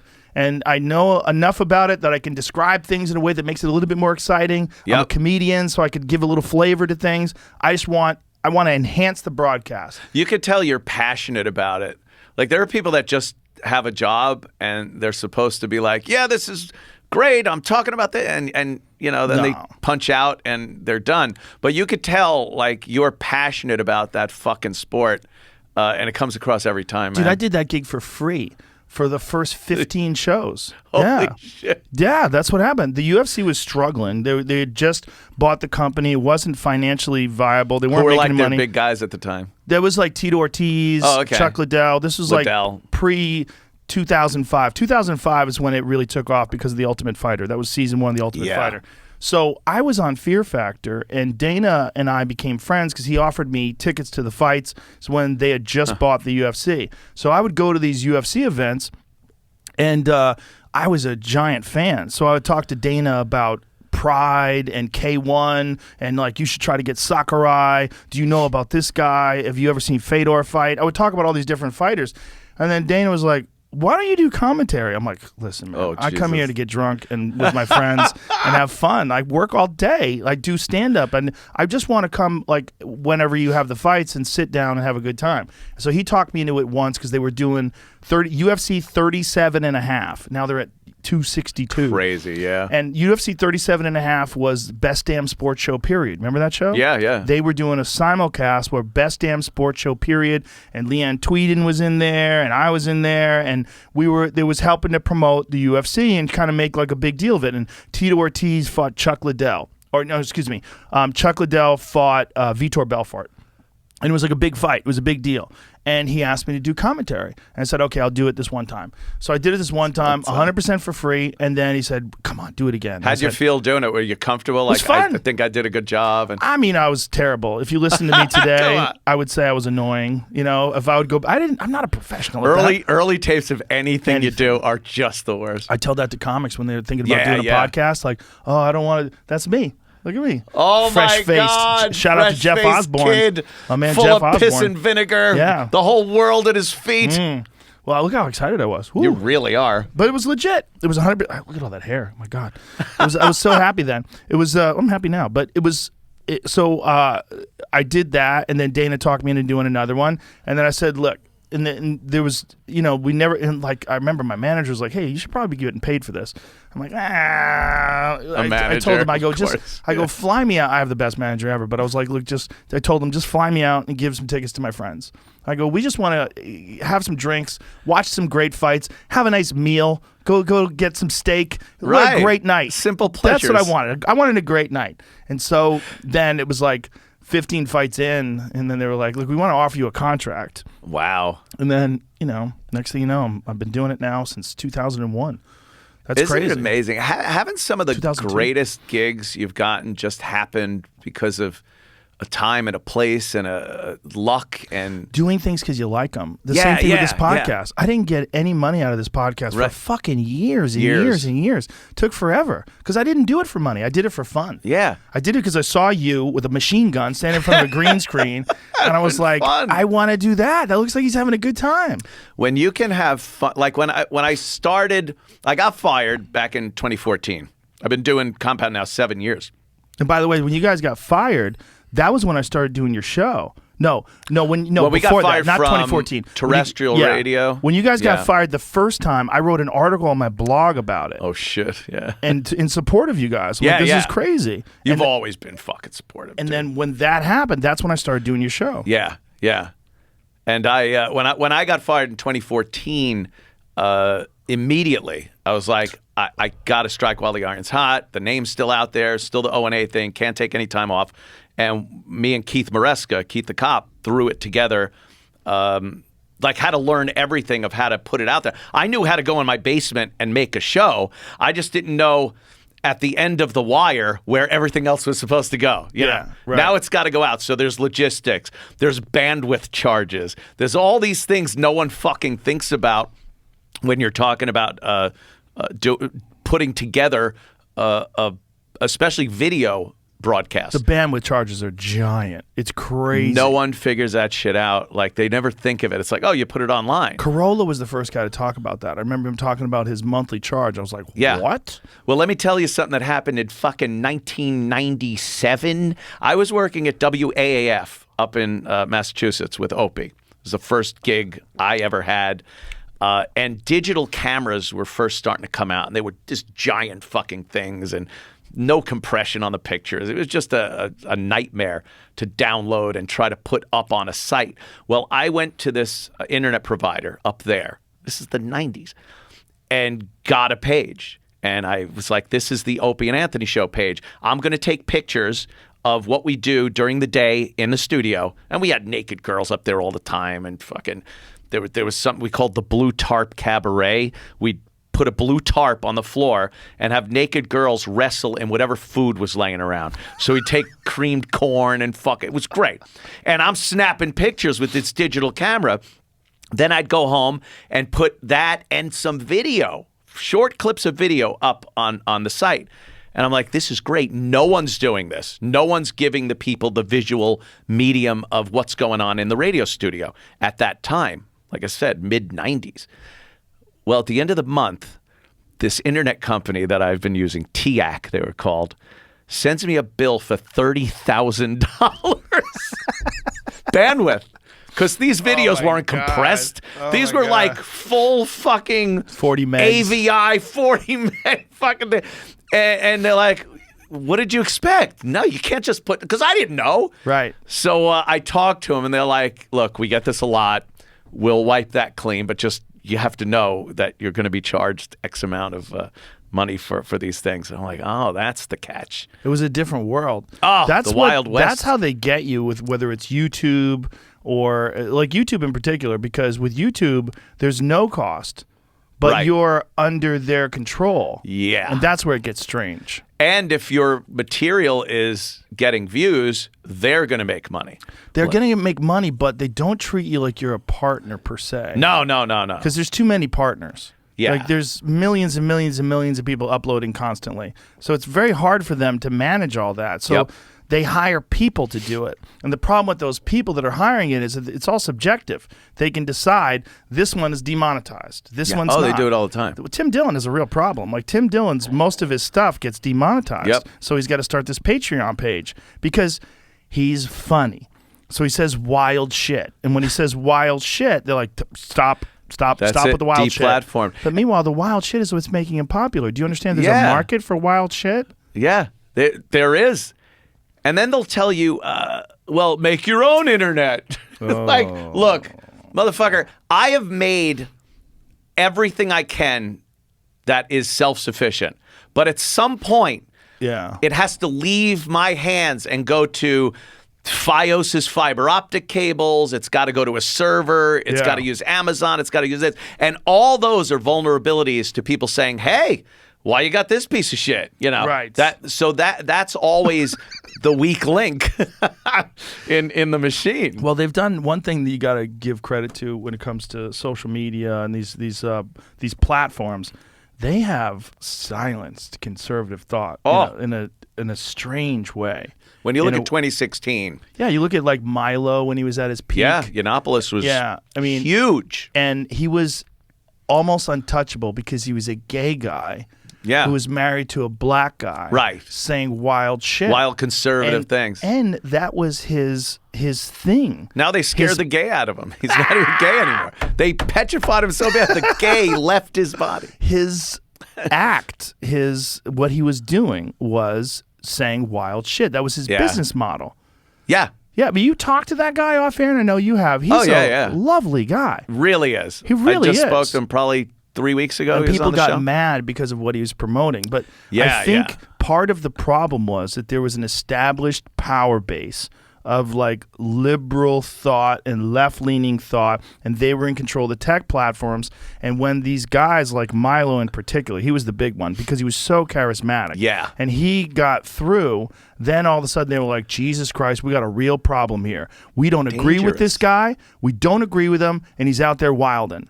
And they didn't know what to do with him because he was gay and because he was married to a black guy. Like, fuck! Yeah, we can't call him and a racist. he's Jewish. We can't call him homophobic. We can't call him anti-Semitic. He had everything. What label can we put on this guy? Well, they just decided to just silence him. Yeah. And interestingly enough, one of the problems with him was some shit that he said on my show, ironically. Because he was talking about oddly enough, right? young guys Yep. having sex with gay older men, And one of his personal experiences. But here's the thing, man. Like, I've talked to multiple gay friends who have had similar experiences, and this is a small sample size, right? I'm talking about like 6 or 7 guys, and they've said that in their world, this is like comics and other folks, they've said that in that world, that's normal. It's normal for like a 15-year-old, 16-year-old gay guy to have a relationship with a 35-year-old gay man. Right. And I'm like, oh, okay. It's interesting. Like, I'm not saying that it's right, but I'm saying that it's common. Do you say these things on purpose, Joe? That I'm not saying that it's right? No, What do you mean? I just see the headline now. I don't give a fuck. I don't give a fuck. I don't give a fuck. I mean, I'm just telling what my friends have told me. I find that awesome because every time something's said like that, all I see is, not that I give a fuck either, believe me. All I see is a headline saying, Joe Rogan endorses gay child sex. I don't. Of course but not. They say, the people that I've talked to, that it's not in their world. It's not thought of the same. You remember, who's that film producer that have those wild parties? Who'd have like a whole pool filled with gay Roman guys. Polanski? No, he would. Oh, gay guys. Brian. Oh, Yes. singer. Yeah. Got in deep trouble for that very thing. Yes. Because he'd have like young guys. I don't know if they were 18 or whatever they were, but he'd have like a shitload of them in a pool together partying and they'd do photos. People are like, that's a problem. But is it a problem? Because they look like they're having a good time. What's the problem? Yeah. Well, the problem is that the laws are saying these people aren't able to consent to what might be happening out of the pool a little later. I want to put it this way. Imagine if it was a pool filled with these young guys, and then outside the pool was all 50-year-old women who look like Elizabeth Hurley. Mm-hmm. Who's got a problem with that? Who's got a problem with all these straight 17-year-old guys banging super hot 50-year-old women? How about 0 people? No one. Fucking 0 people. One. Think about if you had think about all the hottest older actresses, ladies that are hanging on, really strongly hanging on. If you found out they were banging 17-year-old kids, you'd want to high five those kids. Yeah. Who had a bit about that? Zach Galifianakis. He was talking about a young boy died after he had sex with his teacher because his friends high-fived him to death. High-fived him. We do a bit on the show whenever there's a teacher that is having sex with their underage students, and it's like, we don't show the face of the teacher first, and we talk about what happened. Why don't you show her face? We read, well, not immediately. We just read what happened. Right. It's like, all right, she drove him back to the house.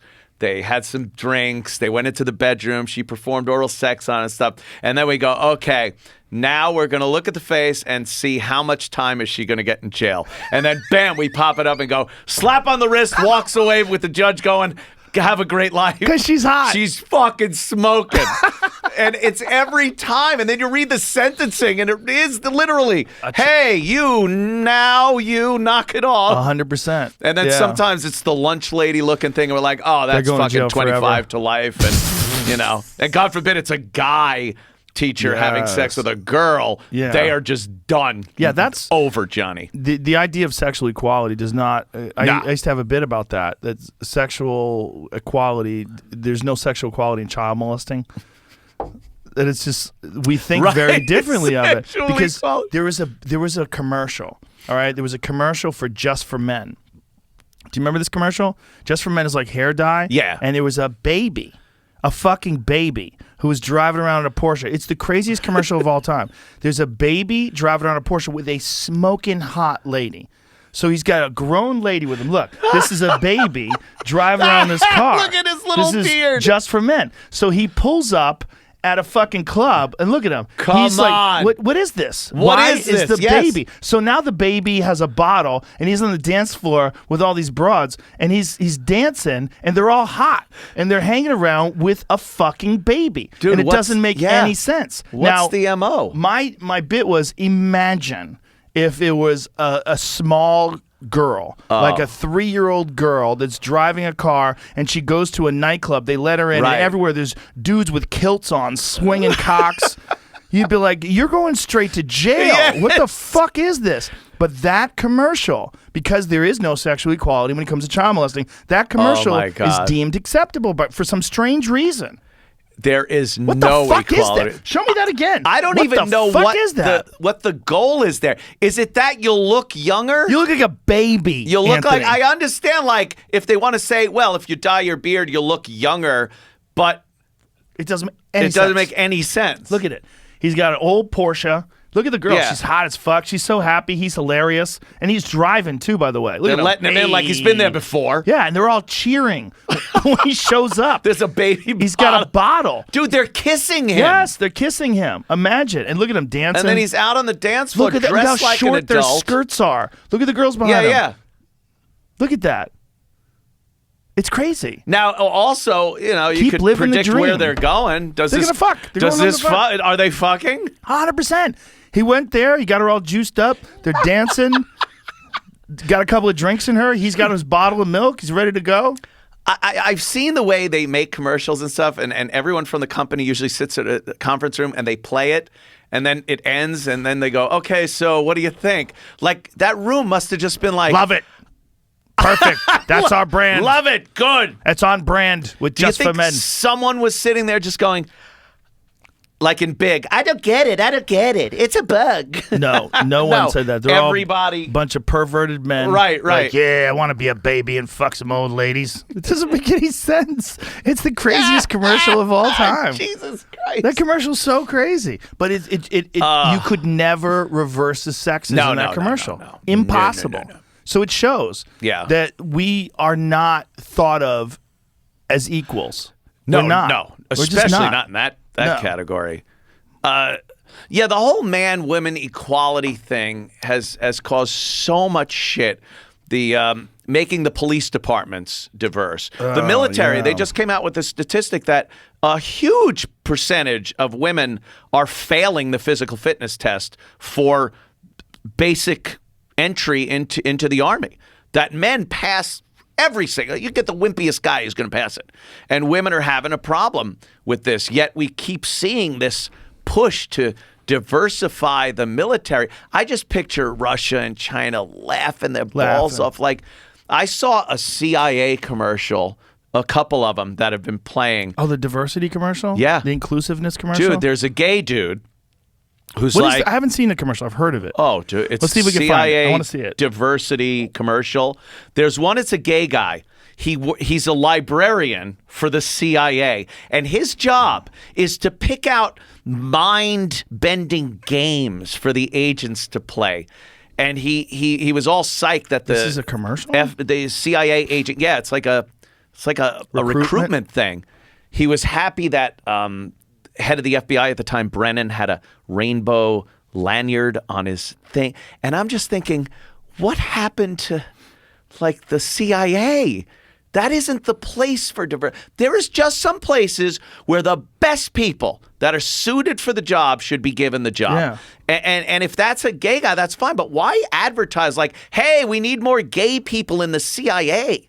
Well, because in this day and age, there's like a narrative, and that narrative is inclusivity and diversity trumps meritocracy. Yes. Yeah. Oh, fuck yeah. So is this it? I Play don't know. this. I'm sort No, of I don't asking if think this is this is See, it. our No, nation this is wasn't counting it. on you. No? because they had No. another thing going on this week. It's This- CIA C is woke. woke Yeah, now, it's the apparently. woke CIA, but What is that one, though? Is that a different it's woke not, one? This yeah, it's is not what he's the- explaining. I think ethnic one. The CIA went from waterboarding terrorists to torturing Americans with shitty woke commercials.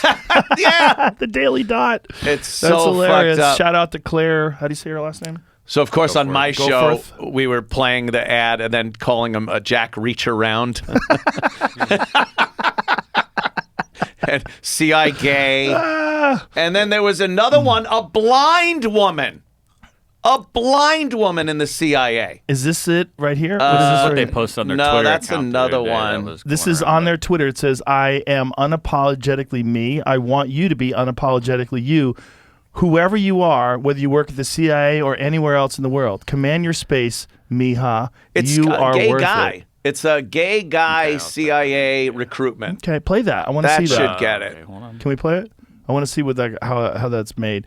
Well, you know, they're just trying to tap into this movement that we have today. But isn't it like everything else over history? Like I the one thing I remember in the 90s was when you watched videos on MTV and grunge was huge.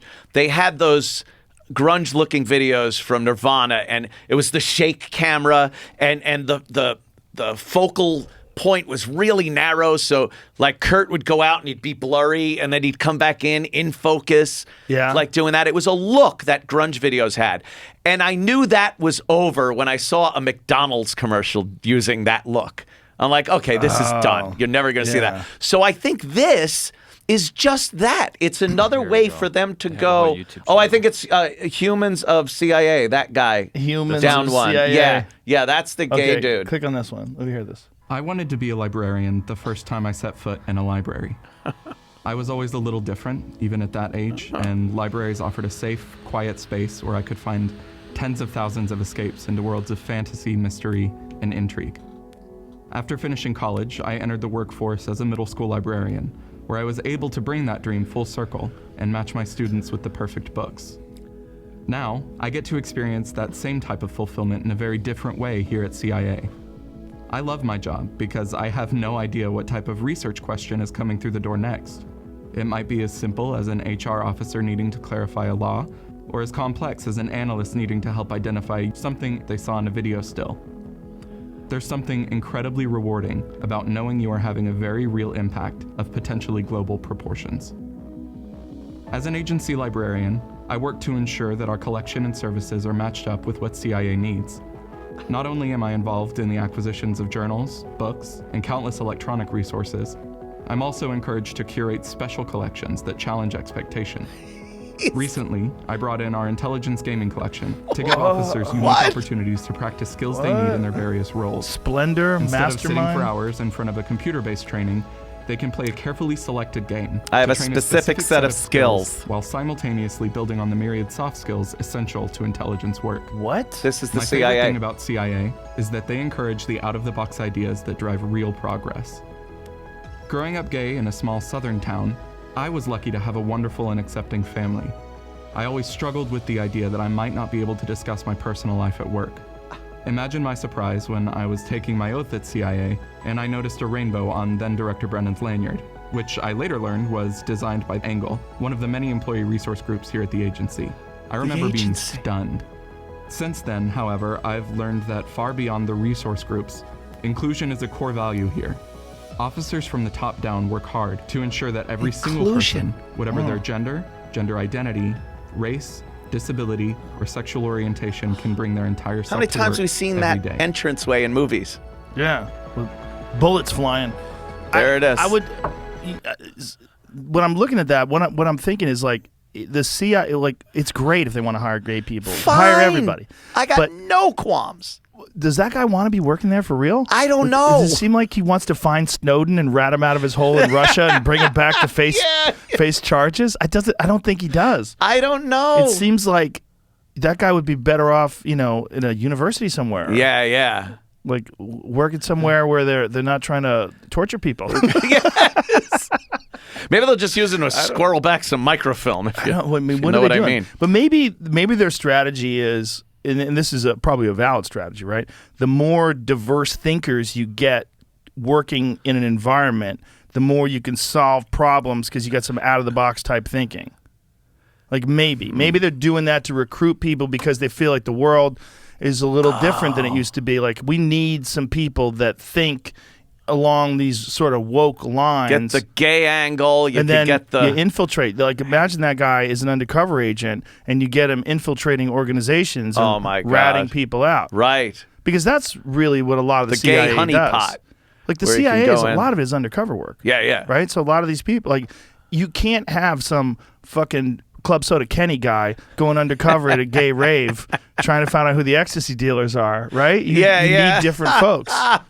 But know. could you see if you're like some John Wick type character and this guy's telling you to play fucking a game of Trouble with him to learn how to do something? It just doesn't jive equate with what we think the Central Intelligence Agency I can't is. imagine there's real value in playing games like that.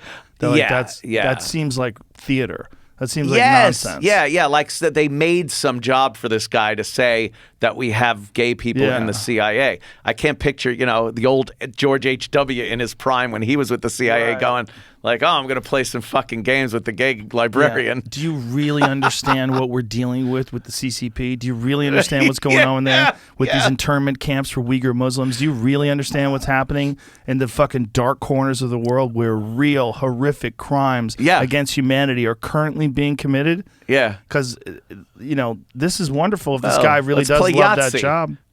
Let's just play some Yahtzee and we'll figure it all out. It seems so crazy. It really does. So I saw these spots, and we did a break on them on the show. So I go home, and I'm watching a documentary about the CIA in the 60s. So 1968, there was a Russian submarine that came apart, some kind of explosion inside, and sank in the Pacific. Americans heard the explosions from they had sonar for missile tests that they wanted to keep track of for the Russians and Chinese. This is neither confirm nor deny, right? Oh, is it? Isn't that the origin of neither confirm nor deny? Like because they didn't want to exactly say that it happened or didn't happen? Yeah. It wasn't the Kursk or anything. It was another sub. Oh, okay. Americans knew exactly where it was. The Russians are all over trying to find it. But the Americans knew that the Russians would be watching them. They're like, all right, we're going to raise this submarine and find the missiles and all their intelligence information in this thing. They built a ship. They built it from scratch under the CIA. And they used Howard Hughes's company because he's this rich guy, and they decided the cover story was going to be Howard Hughes is taking this boat out to mine metal at the bottom of 20,000 feet of ocean. Yes, Project Azorian. Wow. Dude, they took this thing out. The mechanics behind it was amazing. It was a giant claw that picked up the submarine, brought it into the sliding doors. It was like a Bond movie of the boat, closed it, drained the water, and got everything they needed out of this sub while the Russians were literally watching the boat. They never knew that they had fucking done this. And I'm like, that's the CIA. They got that through playing Yahtzee with a nose ring. Yeah. Yeah. I don't think anyone sat back and played Mousetrap or fucking Tiddlywinks or Skittle Bowl to figure out how to do it. The engineering behind it. They literally had to build a ship that looked like a mining ship, but was able to lift a fucking submarine without anyone seeing it into the bottom of a ship. Sci-fi stuff here. Wow. But it actually happened. It's a brilliant story. What year was that? it sunk in 68, but it went up to like 1975. It took them a long time because they didn't want the Russians to know what they were doing. Yeah. And it took a while to build the ship from scratch. They built this thing, a giant ship. February 1975, investigative reporter and former New York Times writer Seymour Hersh had planned to publish a story on Project Azorian. The New York Times Washington bureau chief at the time said in 2005 that the government offered a convincing argument to delay publication. Good luck with that today. Can you imagine? They actually were able to tell the press, hey, could you keep this on the QT? It's the Russians. Right. We need to do that. Now, forget about it. No I'm chance. standing here on a boat as America tries to raise a Russian submarine. Wow, that's wild. Yeah, That's was wild. the old days, man. Now it's, blind and gay and LGBTQ CIA agents. I don't know if that's good. Right. I think the inclusion part of anything is good. I think if you're gay and you want to be a CIA agent, that's fine. But not because you're a gay CIA agent. Right. Just Exactly. be gay and be a CIA Right. agent. And that's always been my argument. I don't have people get me wrong a lot of times. I Joe. know they do. They think I'm this racist guy. I'm sexist. I'm homophobic. I love people to just do what they want to do, mind their own business, have fun, have a great life, regardless. It's when you're sacrificing, especially our country and our abilities and Just for the virtue of just someone being gay. because they're gay. Or someone being Asian. I Or care. someone being whatever it is. I love the gay Right. people. Me and Keith, we take Keith's boat out to Fire Island in the summer. We go to Cherry Grove because Keith has a buddy that's a gay NYPD cop, retired. And it is the funnest time. Just gay dudes everywhere. Yeah, no one And parties like gay dudes. Gay dudes can party in fucking thongs. They don't give a shit. And we're like, it's so funny. It's like, oh, do people think you're gay? It's like, no. No. Maybe they do. I mean, Dude, there's some those gay guys are gorgeous. there's some unfortunate looking gay fellas. An old queen is like that's the saddest thing ever, right? Yeah. An old queen. Because it's almost like, because they had to make it through the period in the 70s and 80s with AIDS. So it's almost like you're looking at a nom-vet that made it back or that. Because you look like, how did you live? But it's like, he's old. And, it's like the gay lifestyle for dudes is a young man's game. It is, Yeah. right? Or it's a sugar daddy game. Yeah. That's There's another that, thing. too. If you have enough money to be a sugar daddy, you could have all the gay sex you Wasn't want. that what the Bryan Singer argument? Wasn't that what he was allegedly doing? They were accusing him Oh, of doing? yeah. Sugar daddies. Well, there's Yeah. that predatorial thing. Like, and I think gay people get a lot of flack for that they're perceived as these sexual predators of underage people. But, Which is like why I said, people got mad at Milo. it's a young person's game. Yeah, he just said, look, my, again, personal experience was this. He was saying what he went through. Well, he was saying, believe me, I was the predator. Yeah, I was the predator. yeah. That's what he said. When he was a young guy. Well, he was saying in the relationship that he had with the older guy. With the older that guy, he was he the one was the pursuing one. him. Hey, whatever gets you through the fucking I don't know night. if that's true or if it's just with him. You don't know Yeah. how much of it is just theater, how much of it is just fucking around. He really is a showman. Yeah. I What is he mean, doing now, though? It's like he has to do stunts, like turn straight. in now order it's to get turning people to straight. talk about him. Dude, I talked to him a couple of weeks ago. He's in Florida. He's opening up a fucking, like a clinic to make people not gay. Oh, he's really doing this. And I said, I asked him straight out, I go, Milo, is this a work? What are you doing? And he went through this whole thing where he said, no, he found some religion and he really does think that the gay lifestyle is such a bad thing and it's unhealthy. And so he went through all this stuff. And again, who knows, Well, who knows what kind of damage has, been done to him and to his psyche by being Right. ostracized and, I asked him that too. I said, a lot of times when people make these unbelievable reversals and changes in their lives, it's after this horrific experience where you might be depressed or suicidal or something. A lot of born-again Christians have to go through a lot of shit before they make that jump. And I'm like, is this because, you've been outcast? You're fucking a scourge of society. Right. And, you want to jump on something else, whether it's, I need to make money, so let me do this, or if it's genuinely like, maybe my life has fucked up my life, and you have to fix it. Well, it's all like, what a drop off. The guy goes from being in the middle of the public conversation. I mean, he was, they were constantly talking about him, to all platforms removed from everything. Yeah. And that's over the period of just a couple of years. Well, one of the most unfair things that are going on these days, and I hate the excuse, private company, they could do what they want. It's like, no, you've given them too much power. Private companies now have too much power. Twitter is a great example because I've been booted from Twitter so many times, and it's one of the most useful show prep tools I have. So I have to make accounts. Right. And, I've made a few accounts over the years after I've been booted. And what did you get booted for?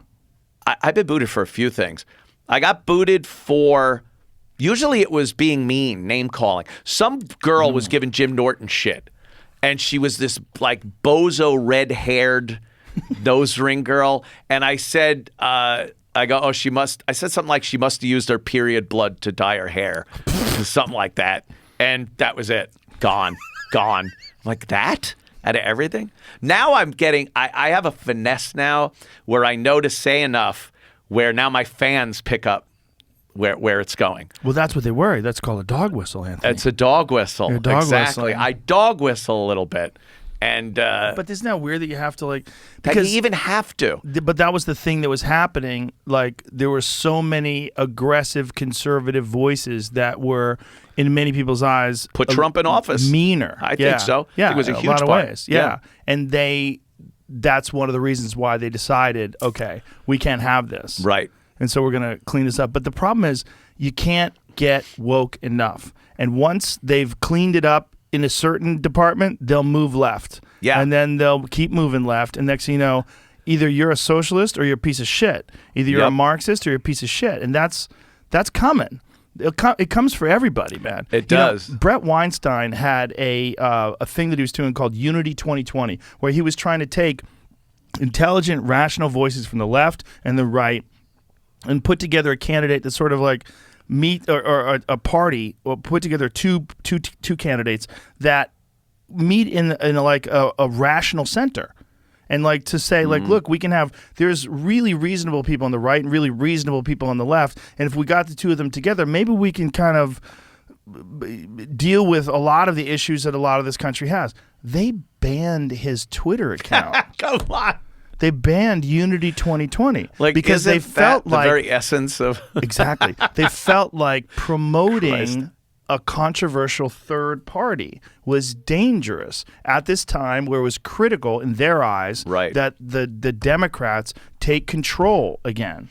And so anything that was against this narrative of re-electing or electing a Democrat and getting Trump out of office, anything that can get in the way of that, like some Ross Perot type monkey wrench, which is how Bill Clinton got in office. Yes. Right? They don't want that to take votes away. I'll explain to you exactly what's going on with the Federal Reserve. It's not even federal. And you're like, what? And remember he had that half-hour show he took out. He was so rich, he bought TV. Yeah. It was before the internet.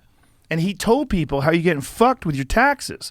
And everybody's like, what? And so he got so many votes that George H.W. never got a second term and Clinton got into office. Yeah, it split the Republican vote. So they're looking at it that way. Like, look, we can't have any of this Unity 2020 shit. Fuck Unity. We have a mandate. And that's where it's crazy, because there is no harassment. There's no discrimination involved in this. There's no negativity. There's no meanness. No. There's nothing awful. There's nothing discriminatory. All they're saying is, we think it would be better for everybody if we had rational people from both sides meet in the middle and find out what's best for the country. They're like, too dangerous. Nope, can't have that. They banned their Twitter account. Yeah. Well, that's what they're doing. It's madness. I was watching that clip of you and Chappelle, and you were talking about you can't be woke enough. Yeah. And it was the SNL thing with Elon. Yeah.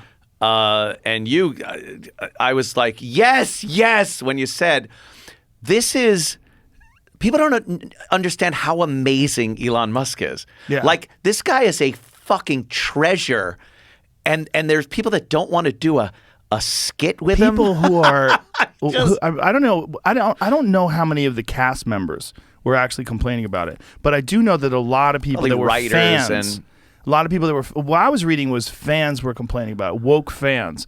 And I'm like, are you out of your fucking mind? Yeah. Do you understand what this meant? First of all, there's nothing he does that's negative. No. You might say that, like, him tweeting about selling Tesla public at 420, like that might be like, but he's just being a fun guy on Twitter. He's kind of crazy. He is, which is genius. That's part of being a genius. And simultaneously running 4 spectacularly disruptive companies. Yeah. Like, he's putting rockets into space. He's making the best electric cars. He's making solar panels for your roof. He's fucking boring tunnels under the earth. But he said, fuck you to California. Yeah. And his people, he wanted his came out here. factories to start working. He came out here.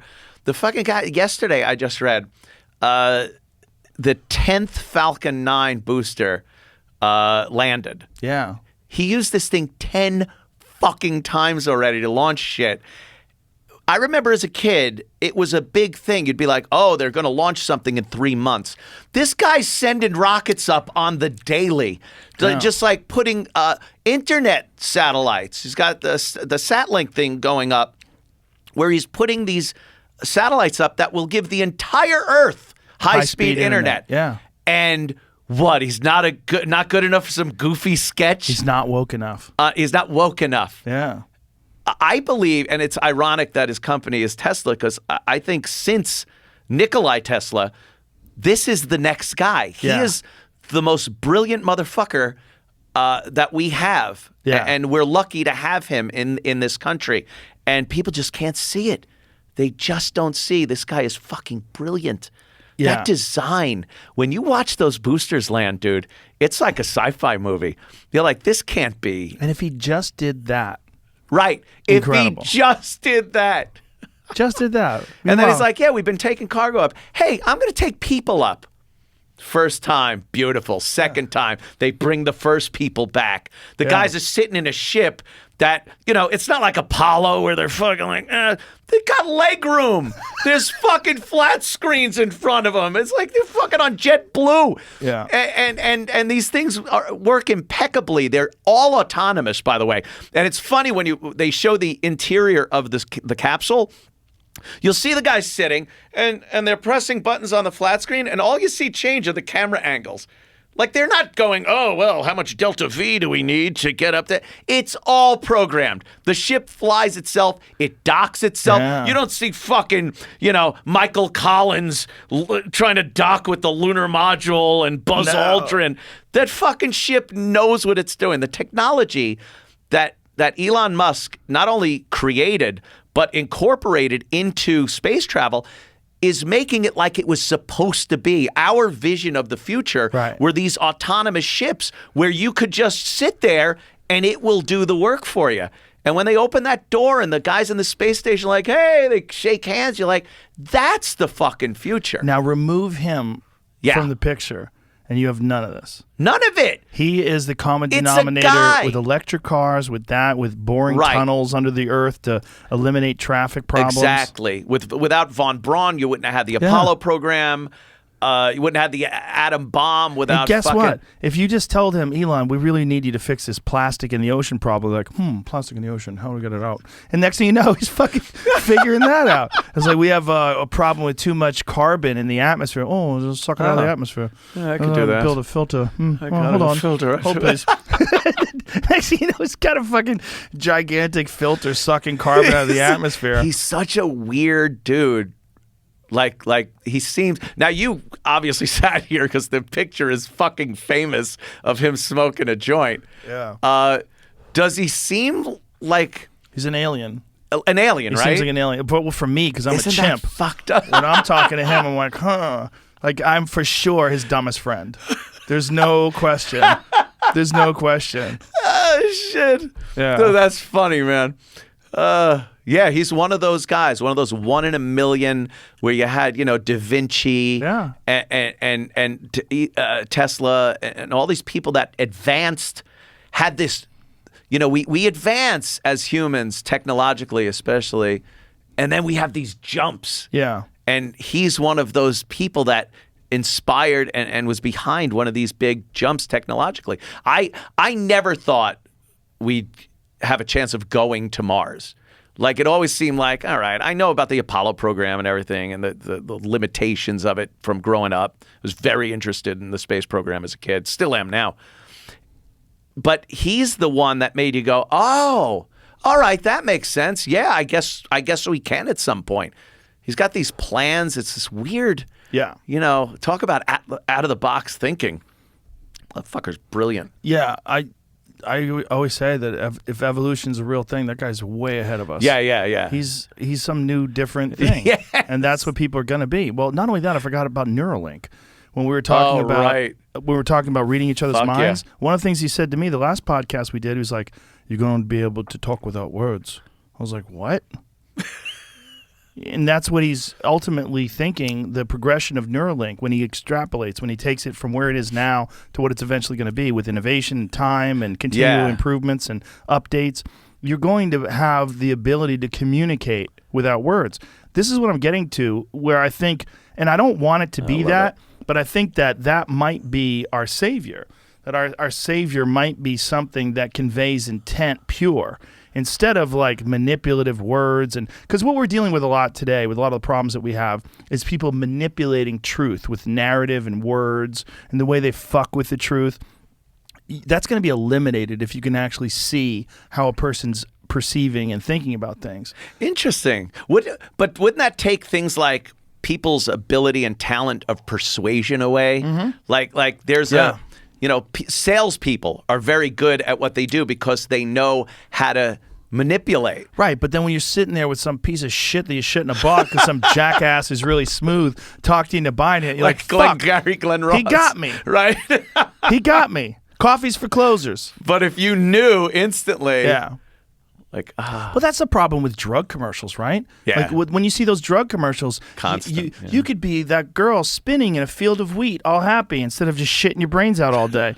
Like, you could be that girl, right? They just ask your doctor about blah blah blah. Like, oh, how many people end up like the positive image Very in few. Those commercials and not the laundry list of side effects? Side effects, yeah. Like, one of my favorite ones. It's for schizophrenia. And I'm watching this commercial. I'm just laughing. It's a woman. She's gets out of her car and she looks over at a family walking to an ice cream truck thing or an ice cream stand in a park, and she sees the ice cream guy like fiddling with the ice cream, and then he takes a camera and just starts taking pictures of her, and then it flashes back to him just giving a cone to the kid. I'm like, holy fuck, is that happening with Such people? a weird commercial. But she's pretty and put together. It's like, and then she meets other schizophrenics and talks to them about it. And then they're all sitting at a table in a restaurant eating, talking about this medication and how it helps. And I'm sitting there thinking, are those other people really there? Like maybe she's just fucking rambling alone, her shitting her fucking pants. Yeah. Oh, God. Yeah, she's all fucking she looks all pretty in the commercial, and then she's just a mess. Fucking, she's shitting herself. Well, it's not the right solution, right? The right solution is not like you watch a commercial and now you have to talk to your doctor to deal with all your problems. But this is what the problem with selling pharmaceutical interventions is. You're selling it. Like you've got music and imagery and everything looks positive and amazing. And we're one of only 2 countries in the whole world that allows that. The only 2 countries, crazy, right? United States and New Zealand are the only countries that allow you to advertise drugs. Yeah. It's getting bad, too, because the song Magic from Pilot came on the radio, and I'm like, oh, Santic. I don't even sing the fucking real words. I'm singing the drug name. What is Ozempic? What is that? I don't know. I just know the song. No one knows what the drugs are by just that. It's probably some arthritis thing. And then Cyndi Lauper talking about her psoriasis and fucking, I've been 1 year clear. That's what Cyndi Lauper was saying? Yeah. She's doing drug commercials. You know what apparently works really good for psoriasis? The carnivore diet. Oh, yeah, yeah. Yeah, my That's friend another Chad thing that- Mendez, he is a fighter. He fought for the UFC, and now he runs, he's got a hunting guide company, and he makes like freeze-dried foods and shit. He, go to Chad Mendez's Instagram page. This is really important for people, because if you have, and I'm not saying this is going to work for you, but he has pretty bad psoriasis. It's been a real issue for Chad, like most of his life. And he got on this carnivore diet, and within like 4 weeks, his psoriasis radically reduced itself. Is there science behind it that you could say it's why? It's elimination proteins diet. or- This is why, because whatever it is, I mean, the way elimination diets work is you try to find out what's fucking with you. You may have some. So this is what his leg used to look like. Oh, my God. Right now, but look, go further. So this is he's showing before and after. Now look at it now. Oh, wow. How incredible is that? And that's And this is just from... Just from carnivore diet. Carnivore So it diet. says here, okay, guys, Ow. here's a little update to my psoriasis while on the carnivore diet. The first pics were taken when I started the diet in March 1st. We're almost 2 months in, and this is my legs currently look like. The crazy thing is I've been told by 2 different dermatologists that diet has no effect on psoriasis. He says, I feel great and getting lean as well. I wonder how I would have felt during my athletic career. Anyone else having great success with this? I know several people that have had issues with autoimmune diseases like psoriasis that have dealt with it through these elimination diets. Yeah. So whatever it is that you're allergic to, for some people, it just might be sugar, it might be grains, who knows what it is. But Yeah. for him, knocking it all down to one thing where your body only processes one kind of food, which is like mostly red meat, cured all that issue with him. It's so weird because over the course of the years, we've only heard that is dangerous. Right. Oh, it's cholesterol or, But you know whatever why else you that, get. right? Gout. Do you know I the don't whole conspiracy behind that? No. Oh, this is amazing. The sugar industry bribed scientists in the 1960s to lie and to fuck with their studies to show that it was saturated fat that was causing all these problems with obesity and heart disease instead of sugar. So it was literally, and it wasn't even that much of a bribe. They bribed these guys, but like they gave them like $50,000, and these guys That's come a cheap crazy. bribe. But this is like from the 1960s, and this was all in the New York Times. They were detailing how this had happened, that they lied about fat, which is like, if you are a person that lives in like an indigenous tribe, fat is extremely valuable. If you have a subsistence lifestyle, fat is everything. It's fuel. It's like it's important for brain function, for health. Like that gives you energy. Like there's a thing called rabbit starvation. And it's like if you only eat lean meat, only with no fat, you literally starve. Like it's terrible for you. You need fat. So this idea that saturated fat, like fat from animal products is bad for you, is fucking lies. It's nonsense. It has literally been the thing that people have been eating. People, red meat's bad for you. Meat is bad for you. Yeah. Meat is what 95% of the world eats. They've been eating it for the entire time people have been people. Yeah. In fact, there's a real argument that eating meat is what made people people.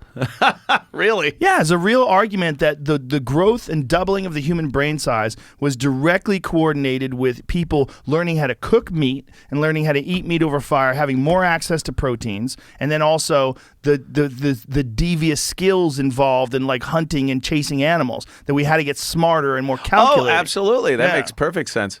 What about the omnivore thing? If it's not a deal where you're getting rid of psoriasis by just eating meat, is it healthier to just eat meat, or if you have some vegetables in there? I don't think there's anything other wrong things? with vegetables. I eat vegetables. I love vegetables. I love salads, and I don't have any health problems from doing it. But I do notice that for me, at least, when I'm eating breads and pastas, I feel like shit. Yeah. But I love them. I have a real fucking problem. They're too goddamn They're so good.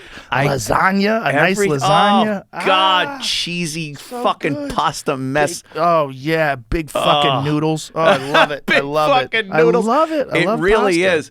Sugars are apparently like the It's the worst thing for your body. deadliest, most horrible thing you could fucking You're consume. supposed to get sugar from an orange.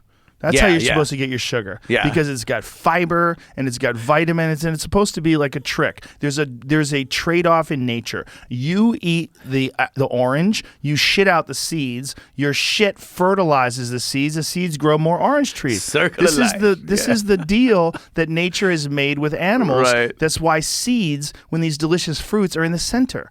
Okay, you're eating all this delicious food, and then you get to the seed, and a good percentage of it you shit out, and that is what grows trees. It's a bargain. It's like the apple's not going to grow itself with just the seed. It needs some fertilizer, and it needs to be delicious in order for you to consume it. Needs to be taken away also from the tree. There's these cycles that like, why the fuck do bees pollinate plants? Why do they do that? How does that work? I don't know, but they do. There's a trick. It's their job. But this is like, it all works together. This is a system that works together. And that's how you're supposed to get your sugar. You're supposed to get your sugar from these delicious sources that are actually good for you. Right. But then when you can get it from a spoon, and you can just spoon sugar into your fat face, you're like, And it's addicting. It's an addictive substance. I mean, people get addicted to sweets and sugar. Because it hijacks your reward system the same way video games gives you this good your reward system for solving puzzles and going out and dealing things. And the same way a fucking action movie hijacks your reward systems for like surviving and kicking ass. Fucked up, right? Yeah, sugar hijacks all of your reward systems that think that you're supposed to get fat because you're trying to stave off a famine. Yeah. God, that's so fucked up. It's weird. But you look at what Chad did with just eating only meat, and it's pretty incredible. And I'm not recommending that to everybody but I know a lot of people that do it. That's how they eat, and they're pretty fucking healthy. Again, Jordan Peterson, I guess Michaela, his daughter, meat diet. Well, she had an issue as well. Yeah. She had autoimmune disorders in terms of arthritis, like severe arthritis. Yeah. And she cured all of that with no medication by just eating meat. So clearly, it's something about whether it's sugar or what are the other foods that she was eating was fucking with her body. And it's unusual. Like for most people, they're pretty fine with these things. But here's the thing, not optimal. That's the thing. Like you're like, oh, you're fine with a balanced diet. Are you fine? But you're not optimal. What's optimal? Like, what does that mean? That means your liver and all these processes your body has to filter out shit are doing a good job. But you're still putting shit in your body. And you say, well, I'm fine with this shit in my body. But are you? Uh-huh. You're not optimal. I think it's quite amazing, especially in the United States, but worldwide if you think about it, but United States, that we have the capability of feeding 330 are we at? Something like that? I think million now. people. Right, is it 350? 350. Figured it out the other day? Somewhere around there. And we talk about hunger. We talk about starvation and hunger and stuff, but when you think about it, you're never driving down the road and you see a fucking vulture flying over a little kid that's starved to death on the side of the road. Right. Everyone in this country has the ability to survive. There's enough food in this country where people aren't starving to death. Now, every time I say this, people say, well, there's hunger and people they're not getting the nutrition. I go, I get it. But we're not starving to death. Right. And to me, that's amazing. And then you look at what it is. I talk about the chicken holocaust that goes on a daily basis. Yeah. How many fucking chickens have to die every day? When you get wings and chicken legs for a party, every 2 of those is one chicken. I know. And you're there going like this, only every 2. That was a chicken. And you might leave 4 or 5 of them because you're full. And Super Bowl Sunday, you think you're the only person with a stack of chicken? How many of those? And they gotta be somewhere. They gotta be slaughtered. They gotta be, and then hatched and raised. To me, that is one of the most amazing things in this country is how people are fed in such vast fucking numbers. It is amazing. Now, here's another amazing Crazy. thing. We've gotten so weird that our poor people are fat. Right? We talk about that all the people time. stay pretty lean. Yeah. Yeah, because they eat correct. They're eating wise. I often thought about what American refugees would look like. Because you watch refugees from all around the world. You know, you got Kurds that have to move north because people are coming in, and they're just emaciated and wearing rags and things. And like, if anything happened, God forbid, where Americans were refugees and had to flee to Canada or Mexico or something, it would be the fattest line of refugees. We have 70% of our people are obese. Obese. Yeah. Isn't that the number? Fucking Is that correct? Crazy. Was that? I think so. I was just looking at the number of wings that people ate on Super Bowl Sunday. Oh my God. Oh my What is God. the number? How many chickens? It's up to, from the year before, but it's up to 1.5 billion wings. On were Sunday? on Super Bowl Sunday. I'm going to say It's one day. So that's so it's 1.5. So it's 750 million chickens on Sunday Unless they got for 3 one wings. day So double the population of the whole country. of And chickens die in a day. Where do you put them? Like, I assume in the Oh, middle of you've the country been? somewhere, Yeah. there are fucking barns just full of chickens for acres, for miles. They are, and pigs too. And that's not including Yeah. pigs and cows Yeah. and everything else that we need to eat. When people say we got to get rid of, like, cows, oh, cows are causing climate change and the methane, whatever. What are you fucking going to replace that with? Do you understand that's why people aren't starving? Is we become so efficient at fucking murdering animals and eating them. It's horrific. You can't just Yeah. all of a sudden grow fucking, some kind of soy and feed everybody. It's Well, just it's not the gonna business work. model that made cities, right? Because these people aren't growing anything. Right. You live in Los Angeles, no one's growing anything but weed. Yeah. Right? You have like this gigantic population of people, and Yep. there's no farms. They don't even have their own fucking water, dude. They don't have their own water. water. Is like imperative. It's Yeah. air Yeah. and then water. How long you last without air and then water? And it's like they don't even have their own water source. If some catastrophe happened, all of fucking at least Southern California is just going to die of thirst. Well, I had a bit about this because when I was talking about putting people on Mars, and that they were like, we have to. We're running out of water in California. We have climate change. Like, we're right next to the fucking ocean. Yeah. Are you telling me it's easier to go to another planet than to suck the salt out of the To water? desalinate You a got fucking- literally 3/4 of the Earth is Yeah, covered yeah. in fucking water. Get the fucking salt out of the water Yeah. and fix this. This is the dumbest Yep. way to fix it ever. We need to go to another planet. Do we? Do we really? And- Look at and- all that fucking water. And the sun can power the evaporation to desalinate Yeah. water. It's not like you need these complex. The complex plants do it faster and at a bigger capacity. Yes. But literally, the sun evaporating salt water will evaporate away and condense into fresh water. Yeah. So it's not something that is unheard of in the science community. But you can desalinate water pretty Yeah. efficiently now. And if they just kept innovating in that regard, I mean, think about the amount of money we spend on all kinds of things. Yeah. How about just foreign wars? Just take a good percentage of that money that goes to the military-industrial complex and suck the salt out of the water. Suck the salt out of the water. We have so many problems solved. Yeah. Like California just today went into a state of drought. There's drought in California, which to me is, I feel for you, my California friends, but it's hilarious because it rains here all the time and everything's so green. It's so lush. I love living here. It's green. It rains all the time. It's green. It's beautiful. That's how it's supposed to be. You're supposed to live in a place where it rains. Are you loving living here I love instead it. of California? I love it here. Since I've been here, I've been given 12 guns. 12. Given. 12 guns. Welcome to Texas. Here's a gun. Dude, my house is in contract. I just fucking signed the contract. I'm waiting for the Where you people going? to get there. I'm going to South fucking Carolina. South Carolina's a good Another spot. great gun state. and the Nice people, too. the taxes in New York. Oh, yeah. And I hear about Austin a lot when people go, these motherfuckers are coming from California. Fucking Rogan's going to vote for these and they're getting pissed that these traditionally red states are going to turn blue. New York is one of those places, though. Between Cuomo and de Blasio, the mayor of New York City, de Blasio, is the worst mayor in the history of mayors. in the history of mayors.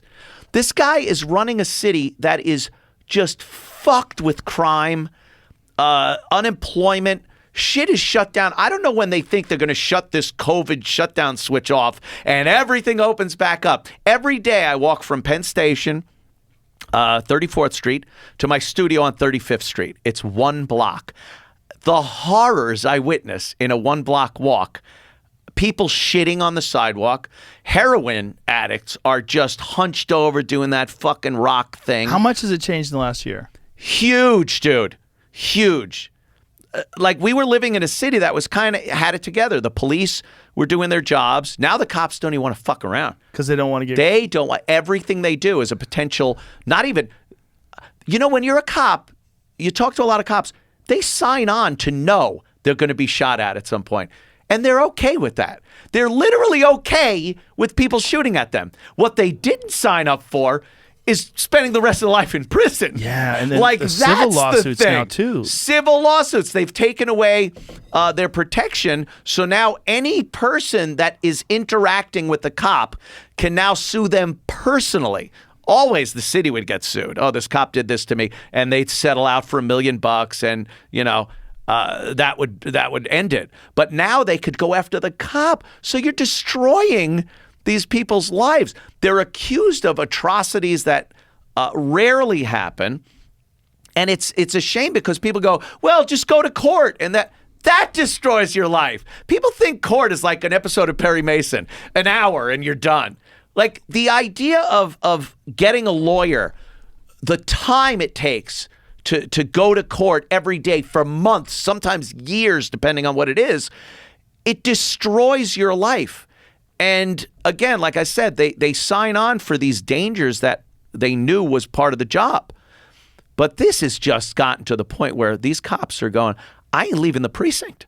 If a call comes in, I'll 5 mile an hour it and clean up the mess after. Why would I bother injecting myself in a situation that I know is like fucking Wrath of Khan, Kobayashi Maru? There's the no-win scenario. You're going in there, and anything you do is going to affect you negatively. Now, there's 2 different people that are running for mayor now, right? That are in the forefront. You got Andrew Yang, and then there's that other guy. Yang, the black dude, the cop. The guy who carries. Yeah. Carries a gun, pro-police. What was his previous job?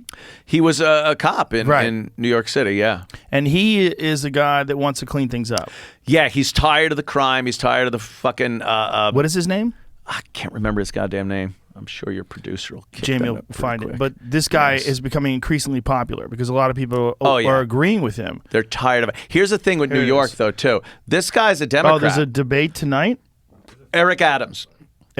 He's a Democrat, but like, you'll never get another Republican mayor. Giuliani was it. New York is so fucked with people that have come in and just can't get it out of their head that they need a Democratic mayor. Can't there be a pro-police Democrat? Well, that's him. That's what you need. Yeah. You need He's got a good like chance. A law and order, right? Like, keep it together. Let's clean up the streets. Democrat. Exactly. Yeah. I think he's that guy. And you're gonna get the fuck out of there. I'm out. Yeah. I am fucking done. I'm done, dude. The taxes I pay out on Long Island are insane. And for nothing. If I fucking drove my car out and had to back onto a golden street and every stop sign a fucking beautiful girl would suck my dick and I would be like, all right, I see why the taxes are so high. What is the taxes at now? You're getting nothing. Between my school taxes, because even if you don't have kids, you got to pay your school tax, and my property tax, mine is $65,000 a year. I pay in property taxes in Roslyn, Long Island. What is the percentage of your income you have to pay when you live in New York State between? Oh, now? Well, just income tax? Yeah. And if you make more money, you pay more, right? Oh, yeah. Isn't it a situation where I think someone said that the top 1% of earners in New York City pay 50% of the taxes? Yeah. And then Trump fucked us by not letting us deduct our state income tax from our federal. So you used to be able to take your state income tax and write it off when you filed your federal. You bring your taxable income down because you gave that to the New York State. Right. Now is a number. Once you hit that number, all the rest is part of your fucking income. So they just figure, look, you're a guy who's a go-getter. You're going to keep go-getting. Fuck you. Pay me. Pay me. Fuck you. Pay me. And now they're trying something because they know everyone's leaving. A lot of people are going to Florida, where they're trying to get some kind of a retroactive tax that will be enacted for a couple of years. Even after you leave, you'll still have to pay. California proposed that too. 10 years. It's like, how the fuck? First of all, it's like, remember payphones in the old days when the phone would ring when you're done and they go, please deposit 25 cents for the last 3 minutes. No one put that in. It would ring. Remember that? It would ring. You're like, who's this? Please deposit. Fuck off. That's how I'm treating New York State. If they ask me for a dime, come down to South Carolina and get me. Well, it's come gotta down be to my compound. Unconstitutional, isn't it? It must be. Gotta be. It has to be. It's gotta be. The revolution started for a lot less. Now, do you wonder if you're in South Carolina about getting guests? Is it more difficult to get guests? The thing COVID has done is made Zoom guests a lot more acceptable than it used to be. Yeah. I used to sit there and go like, oh, motherfucker, are they coming in live or is it Zoom? Oh, it's Zoom. And it'd be like, ah, fuck. Right. Now it's kind of become a thing that people don't really mind as much. Also, keeping a small place up in New York, and I'm keeping the studio. So if I have a guest that can only make it in New York and it's a good guest that I want, I'll just fly up and do it from the studios It's up probably there. a quick flight too, right? Yeah, it's 3 hours, so it's nothing. I'll just stay overnight, hang out, make sure they're all fucking working up there. Maybe bang My a few guys. of them out there. Bang Right. a few. And Yeah. you're still, Compound Media is like, you have a network, Yeah. right? And how many shows do you have? I have, what is it, about 8 shows now? Is that a pain in the ass? It can be Little bit. at times. Little bit. I have some really funny shows on there. Is Aaron Berg and Gino Bisconti do In Hot Water.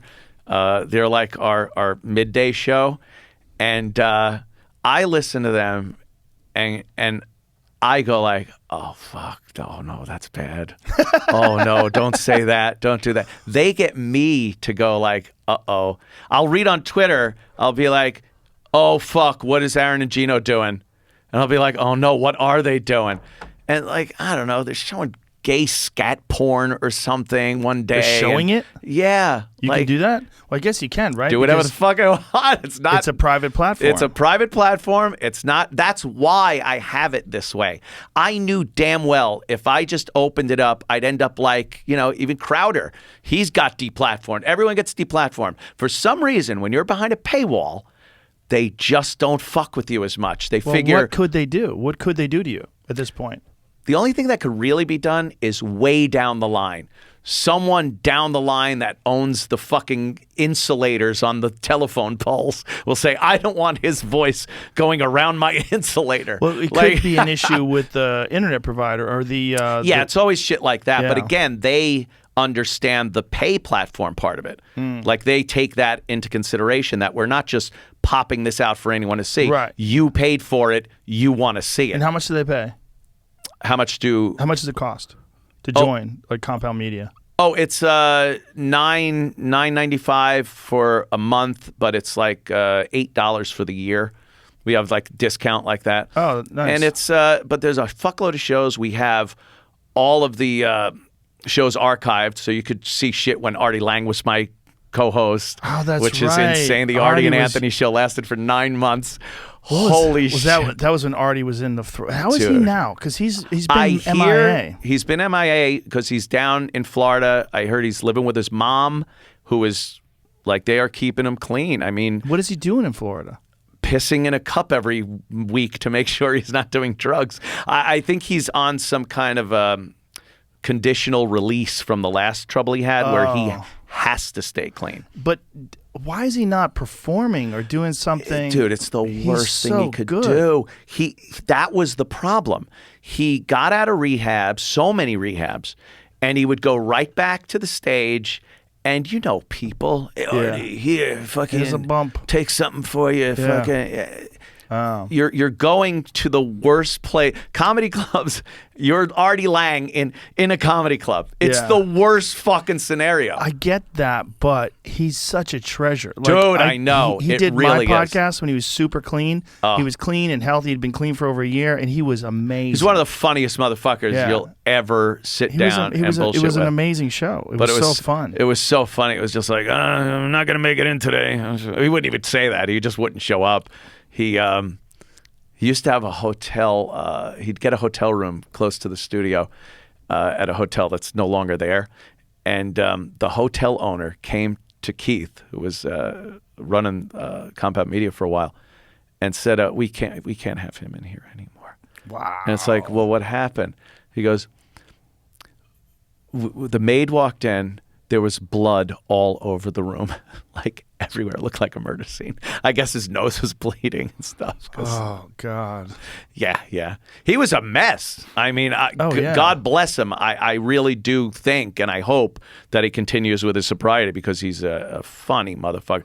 He would be on Trashed and still be the funniest fucking guy in the room. Oh, he's brilliant. Yeah. He's always been brilliant. And he's always been a sweetheart of a guy. The nicest fucking guy. Yeah. And it's just that old demon he's got that demon as they call that it. Demon has got a deep root. Entrenched in it's him. Deep. There's no way he could just casually be around it or anything. He needs, and the fucked up thing about being in comedy is you're in a bar, you're in a club, you're around people that are doing drugs and stuff. I mean, some of the most successful people that have recovered or in recovery are people that have just cut themselves off from that whole life. Right. They never again walk into a bar. They maybe not never again, but years maybe. Right. And still they're like, But when that's your life, is walking into a place where people are literally staring at you drinking, it's got to be terrible. Yeah, it's a really difficult temptation to avoid.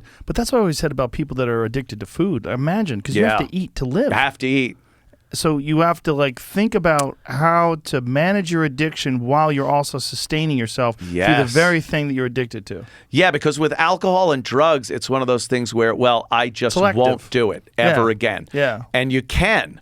With food, it's like, I got to do it. I just can't do as much. Yeah. And that doesn't work with drugs or alcohol. The second you're right back where you were. I just think it sucks that he's not doing something, a podcast or something. I mean, I did his last podcast up here when he was clean the last time, and it was awesome. He was funny as fuck. We had a great time. It was a two-parter, actually. We went a couple of hours, and that was it. He disappeared after that. Wow. I'm like, what happened? He was doing so well and shit. Well, during the pandemic, I remember reaching out to some friends. I'm like, hey, I just got a weird feeling. Like, I haven't heard from Artie. Like, has anybody heard from Artie? Because I haven't seen him anywhere. And I thought that was just strange. So I reached out to some of my friends from New York, and they were like, yeah, he's just laying low. Yeah. It's fucked up. There are a couple of the comics that are very close with him. And you could get some updates. But it's like, you don't want to babysit him either, right? You don't want to babysit him. They've done it before. I've had conversations. When Artie came on board my show, I went to the Comedy Cellar when the news broke that it was going to be the Artie and Anthony show. And David Tell is on the stairs by the cellar smoking a cigarette. And he goes, so Artie's on your show, huh? I'm like, yeah. He goes, welcome to the wonderful world of Artie. The midnight calls, the fucking show. Like, remember when DePaulo and Artie had a show? They had like a regular radio show. Yeah. Nick and Artie, and it was funny. But and Nick had the conversation with me too. He's like, good luck. Yeah, they're very different personalities. Yeah. I do. Nick comes on my show every Monday. He does a show with me every Monday, just two angry guineas yelling about the world. I just think it's sad. Shaking our fists. It's sad that Artie's not doing something, because people love the guy. They do love it, and that's the fucked up thing is, like, I've known so many people that have had issues with drugs and alcohol and whatnot in my life, and you give them some time. If they don't come around, you pretty much disown them. And they usually pull such asshole moves, and they're liars and what have you. Artie's loved. Yes. Like, with everything that has happened, everyone still loves this fucking guy. For sure. That's why it really does hurt when you're like, fuck, man, I want to see him do well, and I want to see him on stage. I love watching Artie perform. He's one of the quickest motherfuckers. Some of those Stern tapes where he is just railing on somebody. Yeah. There's no one better. It's so funny, man. No, he's a genius. He's just I don't know what's the path to be able to perform again. Yeah. Where you're not going to be tempted, and where he's healthy enough and strong enough that he knows he's on a good path. Yeah. Yeah, it's very hard. The Artie I know and knew and was on my show, unfortunately, if I'm going to be honest, I can't picture that guy being able to be well and be that. But hopefully the Artie I haven't seen in the past couple of years now has worked his way into being that person that can do that. So when he was on your show, it was before his nose had caved in? It was during. Wow. I watched it happen like a car wreck. When you came in, his nose was enormous and caked with blood. Like, what were you thinking? It was actually so funny. There was some funny shit that happened. I had Rich Voss on the show one day with Artie, and we're fucking bullshitting and laughing. And Artie's nose just started, a trickle of blood started coming out. And I see Voss looking over at him, doing the thing where he's like that. And I'm like, Rich, we all see it. This isn't wipe a couple of grains of Coke away from your nose because you just come out of the bathroom. I go, everyone knows Artie's nose is bleeding. Like, is that it? Yeah, look. I think that's where he fucking starts doing it. Yeah. Oh, God. Poor Artie. He goes, I know. I'm like. And Voss is clean. Yeah, Voss is. It's so odd. He'll let you know he's clean. He'll let you know how long. That green screen is such a great move. Yeah, it works because we have so many different shows is what it is. So we're able to put a different background for every show. And that's kind of why I did it. Once I go down to South Carolina, they're still going to use the green screen up here, but I'm going to have a regular studio built that like has a dedicated. How did you pick South Carolina? Background. Why'd you pick that place? It worked out. It wasn't Florida. I didn't want to go to Florida. How come? Florida has, I don't know, just a rep. Florida's a little weird, man. It was south. If I'm going to move somewhere, I'm going to move somewhere where there's no fucking blizzards and shit. Yeah. I'm going to move inland a little so there's no hurricanes. I don't have to worry about my house floating away. The gun laws are great. The taxes are low. I could get a fucking legit compound.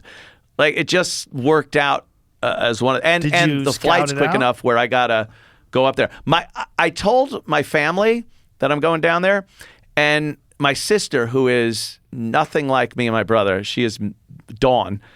She is fucking Miss Motivation. She's always had great jobs. She's supervisors at the companies she works at. She gets recruited from people where she's got to leave one job to go to a better one and that. And she goes, oh, South Carolina. Bam, boom, bang, bomb. She's fucking down there. Sold her house, bought a house, bought an apartment that she's now doing Airbnb with. Had a job waiting for her down there with the company that she was with. Her kid is now going to school without a fucking mask. They're like, she goes, this is great. Myrtle Beach is where she went. I don't want to go to Myrtle Beach, but that's more her style. So after my house is sold, we'll go down there, Myrtle Beach? Visit her. I don't know. It's a little too touristy. Ah, okay. I need somewhere where I don't want to have to go too far before I could just start firing guns. I need some woods. Did you get some land? I'm gonna.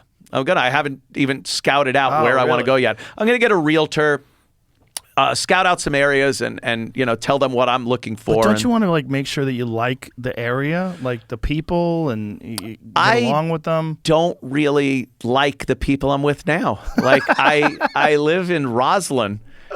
I don't really cohort with my neighbors. They've seen enough, police cars and fucking media in front of my door where I don't think they're fond of me either. Oh, that's hilarious. But there's a couple of neighbors that were pretty cool. One of my neighbors on the right-hand side was pretty decent. But the cops would constantly, years ago, that house was just party central about 10 years ago. And the Nassau County cops would pull up all the time when I had parties in the back. Anthony, hey, what's up? You got to turn it down. He goes, Well, we you've drove always around. been real pro cop. Oh, yeah, which yeah. helps. They know. They they're awesome. And they go, yeah, we got a complaint. We drove around with the windows down, and we did hear it. So if you could turn it down. And the girls, topless, naked girls would come out of the pools and grab the cars and be like, hi, what are you doing? And they're like laughing their asses off. So every progressive instance of a noise complaint, another car shows up. By the end, there were literally like 5 cars and 10 cops would come in the back. Hey, what's up, guys? Naked girls. They loved it. They fucking loved it. That's hilarious. ridiculous. Yeah. And they, they just wanted to come back. Reminds me of the scene in John Wick when the cop shows up. Noise complaint? Yeah, noise complaint. He looks in. He goes, you working again, John? Yeah, yeah. Dead bodies in the house. Are you working again? Yeah, that house was great. It's weird when you sell a house because there's a nostalgia to it. But I imagine people that are fans would want to buy it. Yeah, I think there was actually a couple of people. Did you let people know? That no, I didn't really. I let the realtor do the work. Yeah, it's tricky. I don't want people coming in. But I would think because you did a lot of upgrades to that house. Yeah. The whole backyard was just flat. Now it's like a resort, and then the basement was a cement basement. I put a movie theater in and a studio, legit fucking studio that I would do a compound, a karaoke stage, full bar. It's just everyone. I had parties there for everything. New Year's Eve, Labor Day, Memorial Day, 4th of July. My family and friends would come over. Just a great fucking time. But there were also just horrific times in that house that I'm just like, oh God. Enough. Start scratch. Yeah. The rose-colored lenses sort of get a little faded when you think about, that happened and then that one. And when my girlfriend found the Canadian girl in the closet. You had a girl in a closet? Oh, no. I was going out with, this of course is in my book, Permanently Suspended. I was going out with Jill Nicolini. Jill Nicolini was the traffic girl for WPIX in New York. I was in love with this girl. I watched her on TV, the O&A show. We would do that. The studio you were at, the K-Rock, Howard's old studio, and there were TVs all over. And we would watch WPIX in the morning, and Jill would be in the helicopter doing the traffic. And I'm like, motherfucker, she's hot. Holy shit. So she came over for my birthday. They had invited her over there to our studio to celebrate my birthday. And I asked her out. And Keith hooked us up with a great restaurant in Little Italy, and we ate there and drank some wine. I went back to her place in Long Island City, and dude, it was instantaneous. We're just fucking making out and all kinds of shit. It was crazy. I had to talk her into sleeping with her. I actually used the line, just the tip. I'll just put the tip in. Dude, I want it so bad. And then, it never works. Like the tip doesn't, it goes right to the balls. You never do just the tip, even if you said you did. So we became an item. It was right at the beginning of the summer, and they were calling us Antholini, like the whole fucking thing for the whole summer. So we're having this big Labor Day party at my house, and I knew this was going to be a big thing. And during the summer, I started getting these clues that she was kind of looking for a father for a baby kind of a thing. And I'm like, yeah, no, I can't see it. She was going to take it a little more serious than I was. You don't want kids ever. No. I'm not cut out for that kind of lifestyle. So she plans this big party, and this girl I had been involved with a while back from Canada, Halifax, was down. So she came in, and we're kind of sitting in the jacuzzi, and Jill kind of noticed some shit was going on. We might have been a little too close. And those bubbles, you hide everything with the fucking jacuzzi bubbles, just grabbing each other's fucking crotches and things. So Jill leaves, and I go up to my bedroom and have some sex with the Canadian girl. And then I hear the door open, and it's Jill. She's come back. So I have these big walk-in closets, and the Canadian girl just goes into the fucking closet, and I'm laying there. And Jill comes over, and she's like, what's up? I'm like, I just woke up. I said, oh, no. Dude, she fucking goes down on her knees, pulls the fucking blanket back, and just starts sucking my dick. And then she goes, Oh, no. Yeah. She had... She tasted another girl. Oh, my God. Joe, Anthony. like I said, I am a piece of shit. Look at you laughing. It's hilarious. She goes to one of the walk-in closets. There's two on either side of the wall, and opens it up and looks in and then shuts it. And she's yelling at me about shit. And I'm denying everything, of course. And I'm like, oh my God, she didn't open the other closet. This is amazing. So she's walking around kind of yelling at me. And then she looks and I'm like, oh, fuck. She opens up the other closet. There's like half-dressed Canadian girl who just goes, hey. Oh, my God. Oh, It was a rough one. It was bad. She took, she left, and then she came back later and grabbed all the Canadian girl's clothes and everything, her luggage, threw it in the fire pit and lit it on fire. All that was in there were like underwires for bras. It was like all kinds of, she burnt everything. Why was she mad at her? It's hard to get, I'm charming. It's hard to get mad at me. Oh, boy. I'm charming, he says. I'm charming. Speaking it was of charming, terrible. Dude, this was years ago. I've grown as a person. You're a changed man. I've grown. When is your Vulcan shows? That would be tomorrow and Saturday night. Tomorrow we're also doing, after the show, is a karaoke thing. We're going to have a bunch of people go in. So when this airs, it'll be that night because this will go out tomorrow. So this will go out tomorrow. Okay, Friday. so yeah. So Friday, and Saturday night. Vulcan. At Vulcan, yeah. And you're going to come to the Creek in the Caves tonight. We'll hang out. Yes, Creek in the Have Cave. some adult I got to beverages. see. Fuck yeah, Joe. Yeah, I'm looking all right. forward to it. I missed you, brah. Well, it was good times, my friend. We just Yeah. did 3 hours, believe it or not. Awesome. Flew by. It really did. And again, the reason why I'm doing this, a big part of how this got started, is because of you. I'm honored. Thank you. Hearing that, and true. you know what? You've taken the ball and really fucking run with it, Joe. Amazing. Love you. Thank you, brother. I love you too. All right. Thank you, everybody. Bye.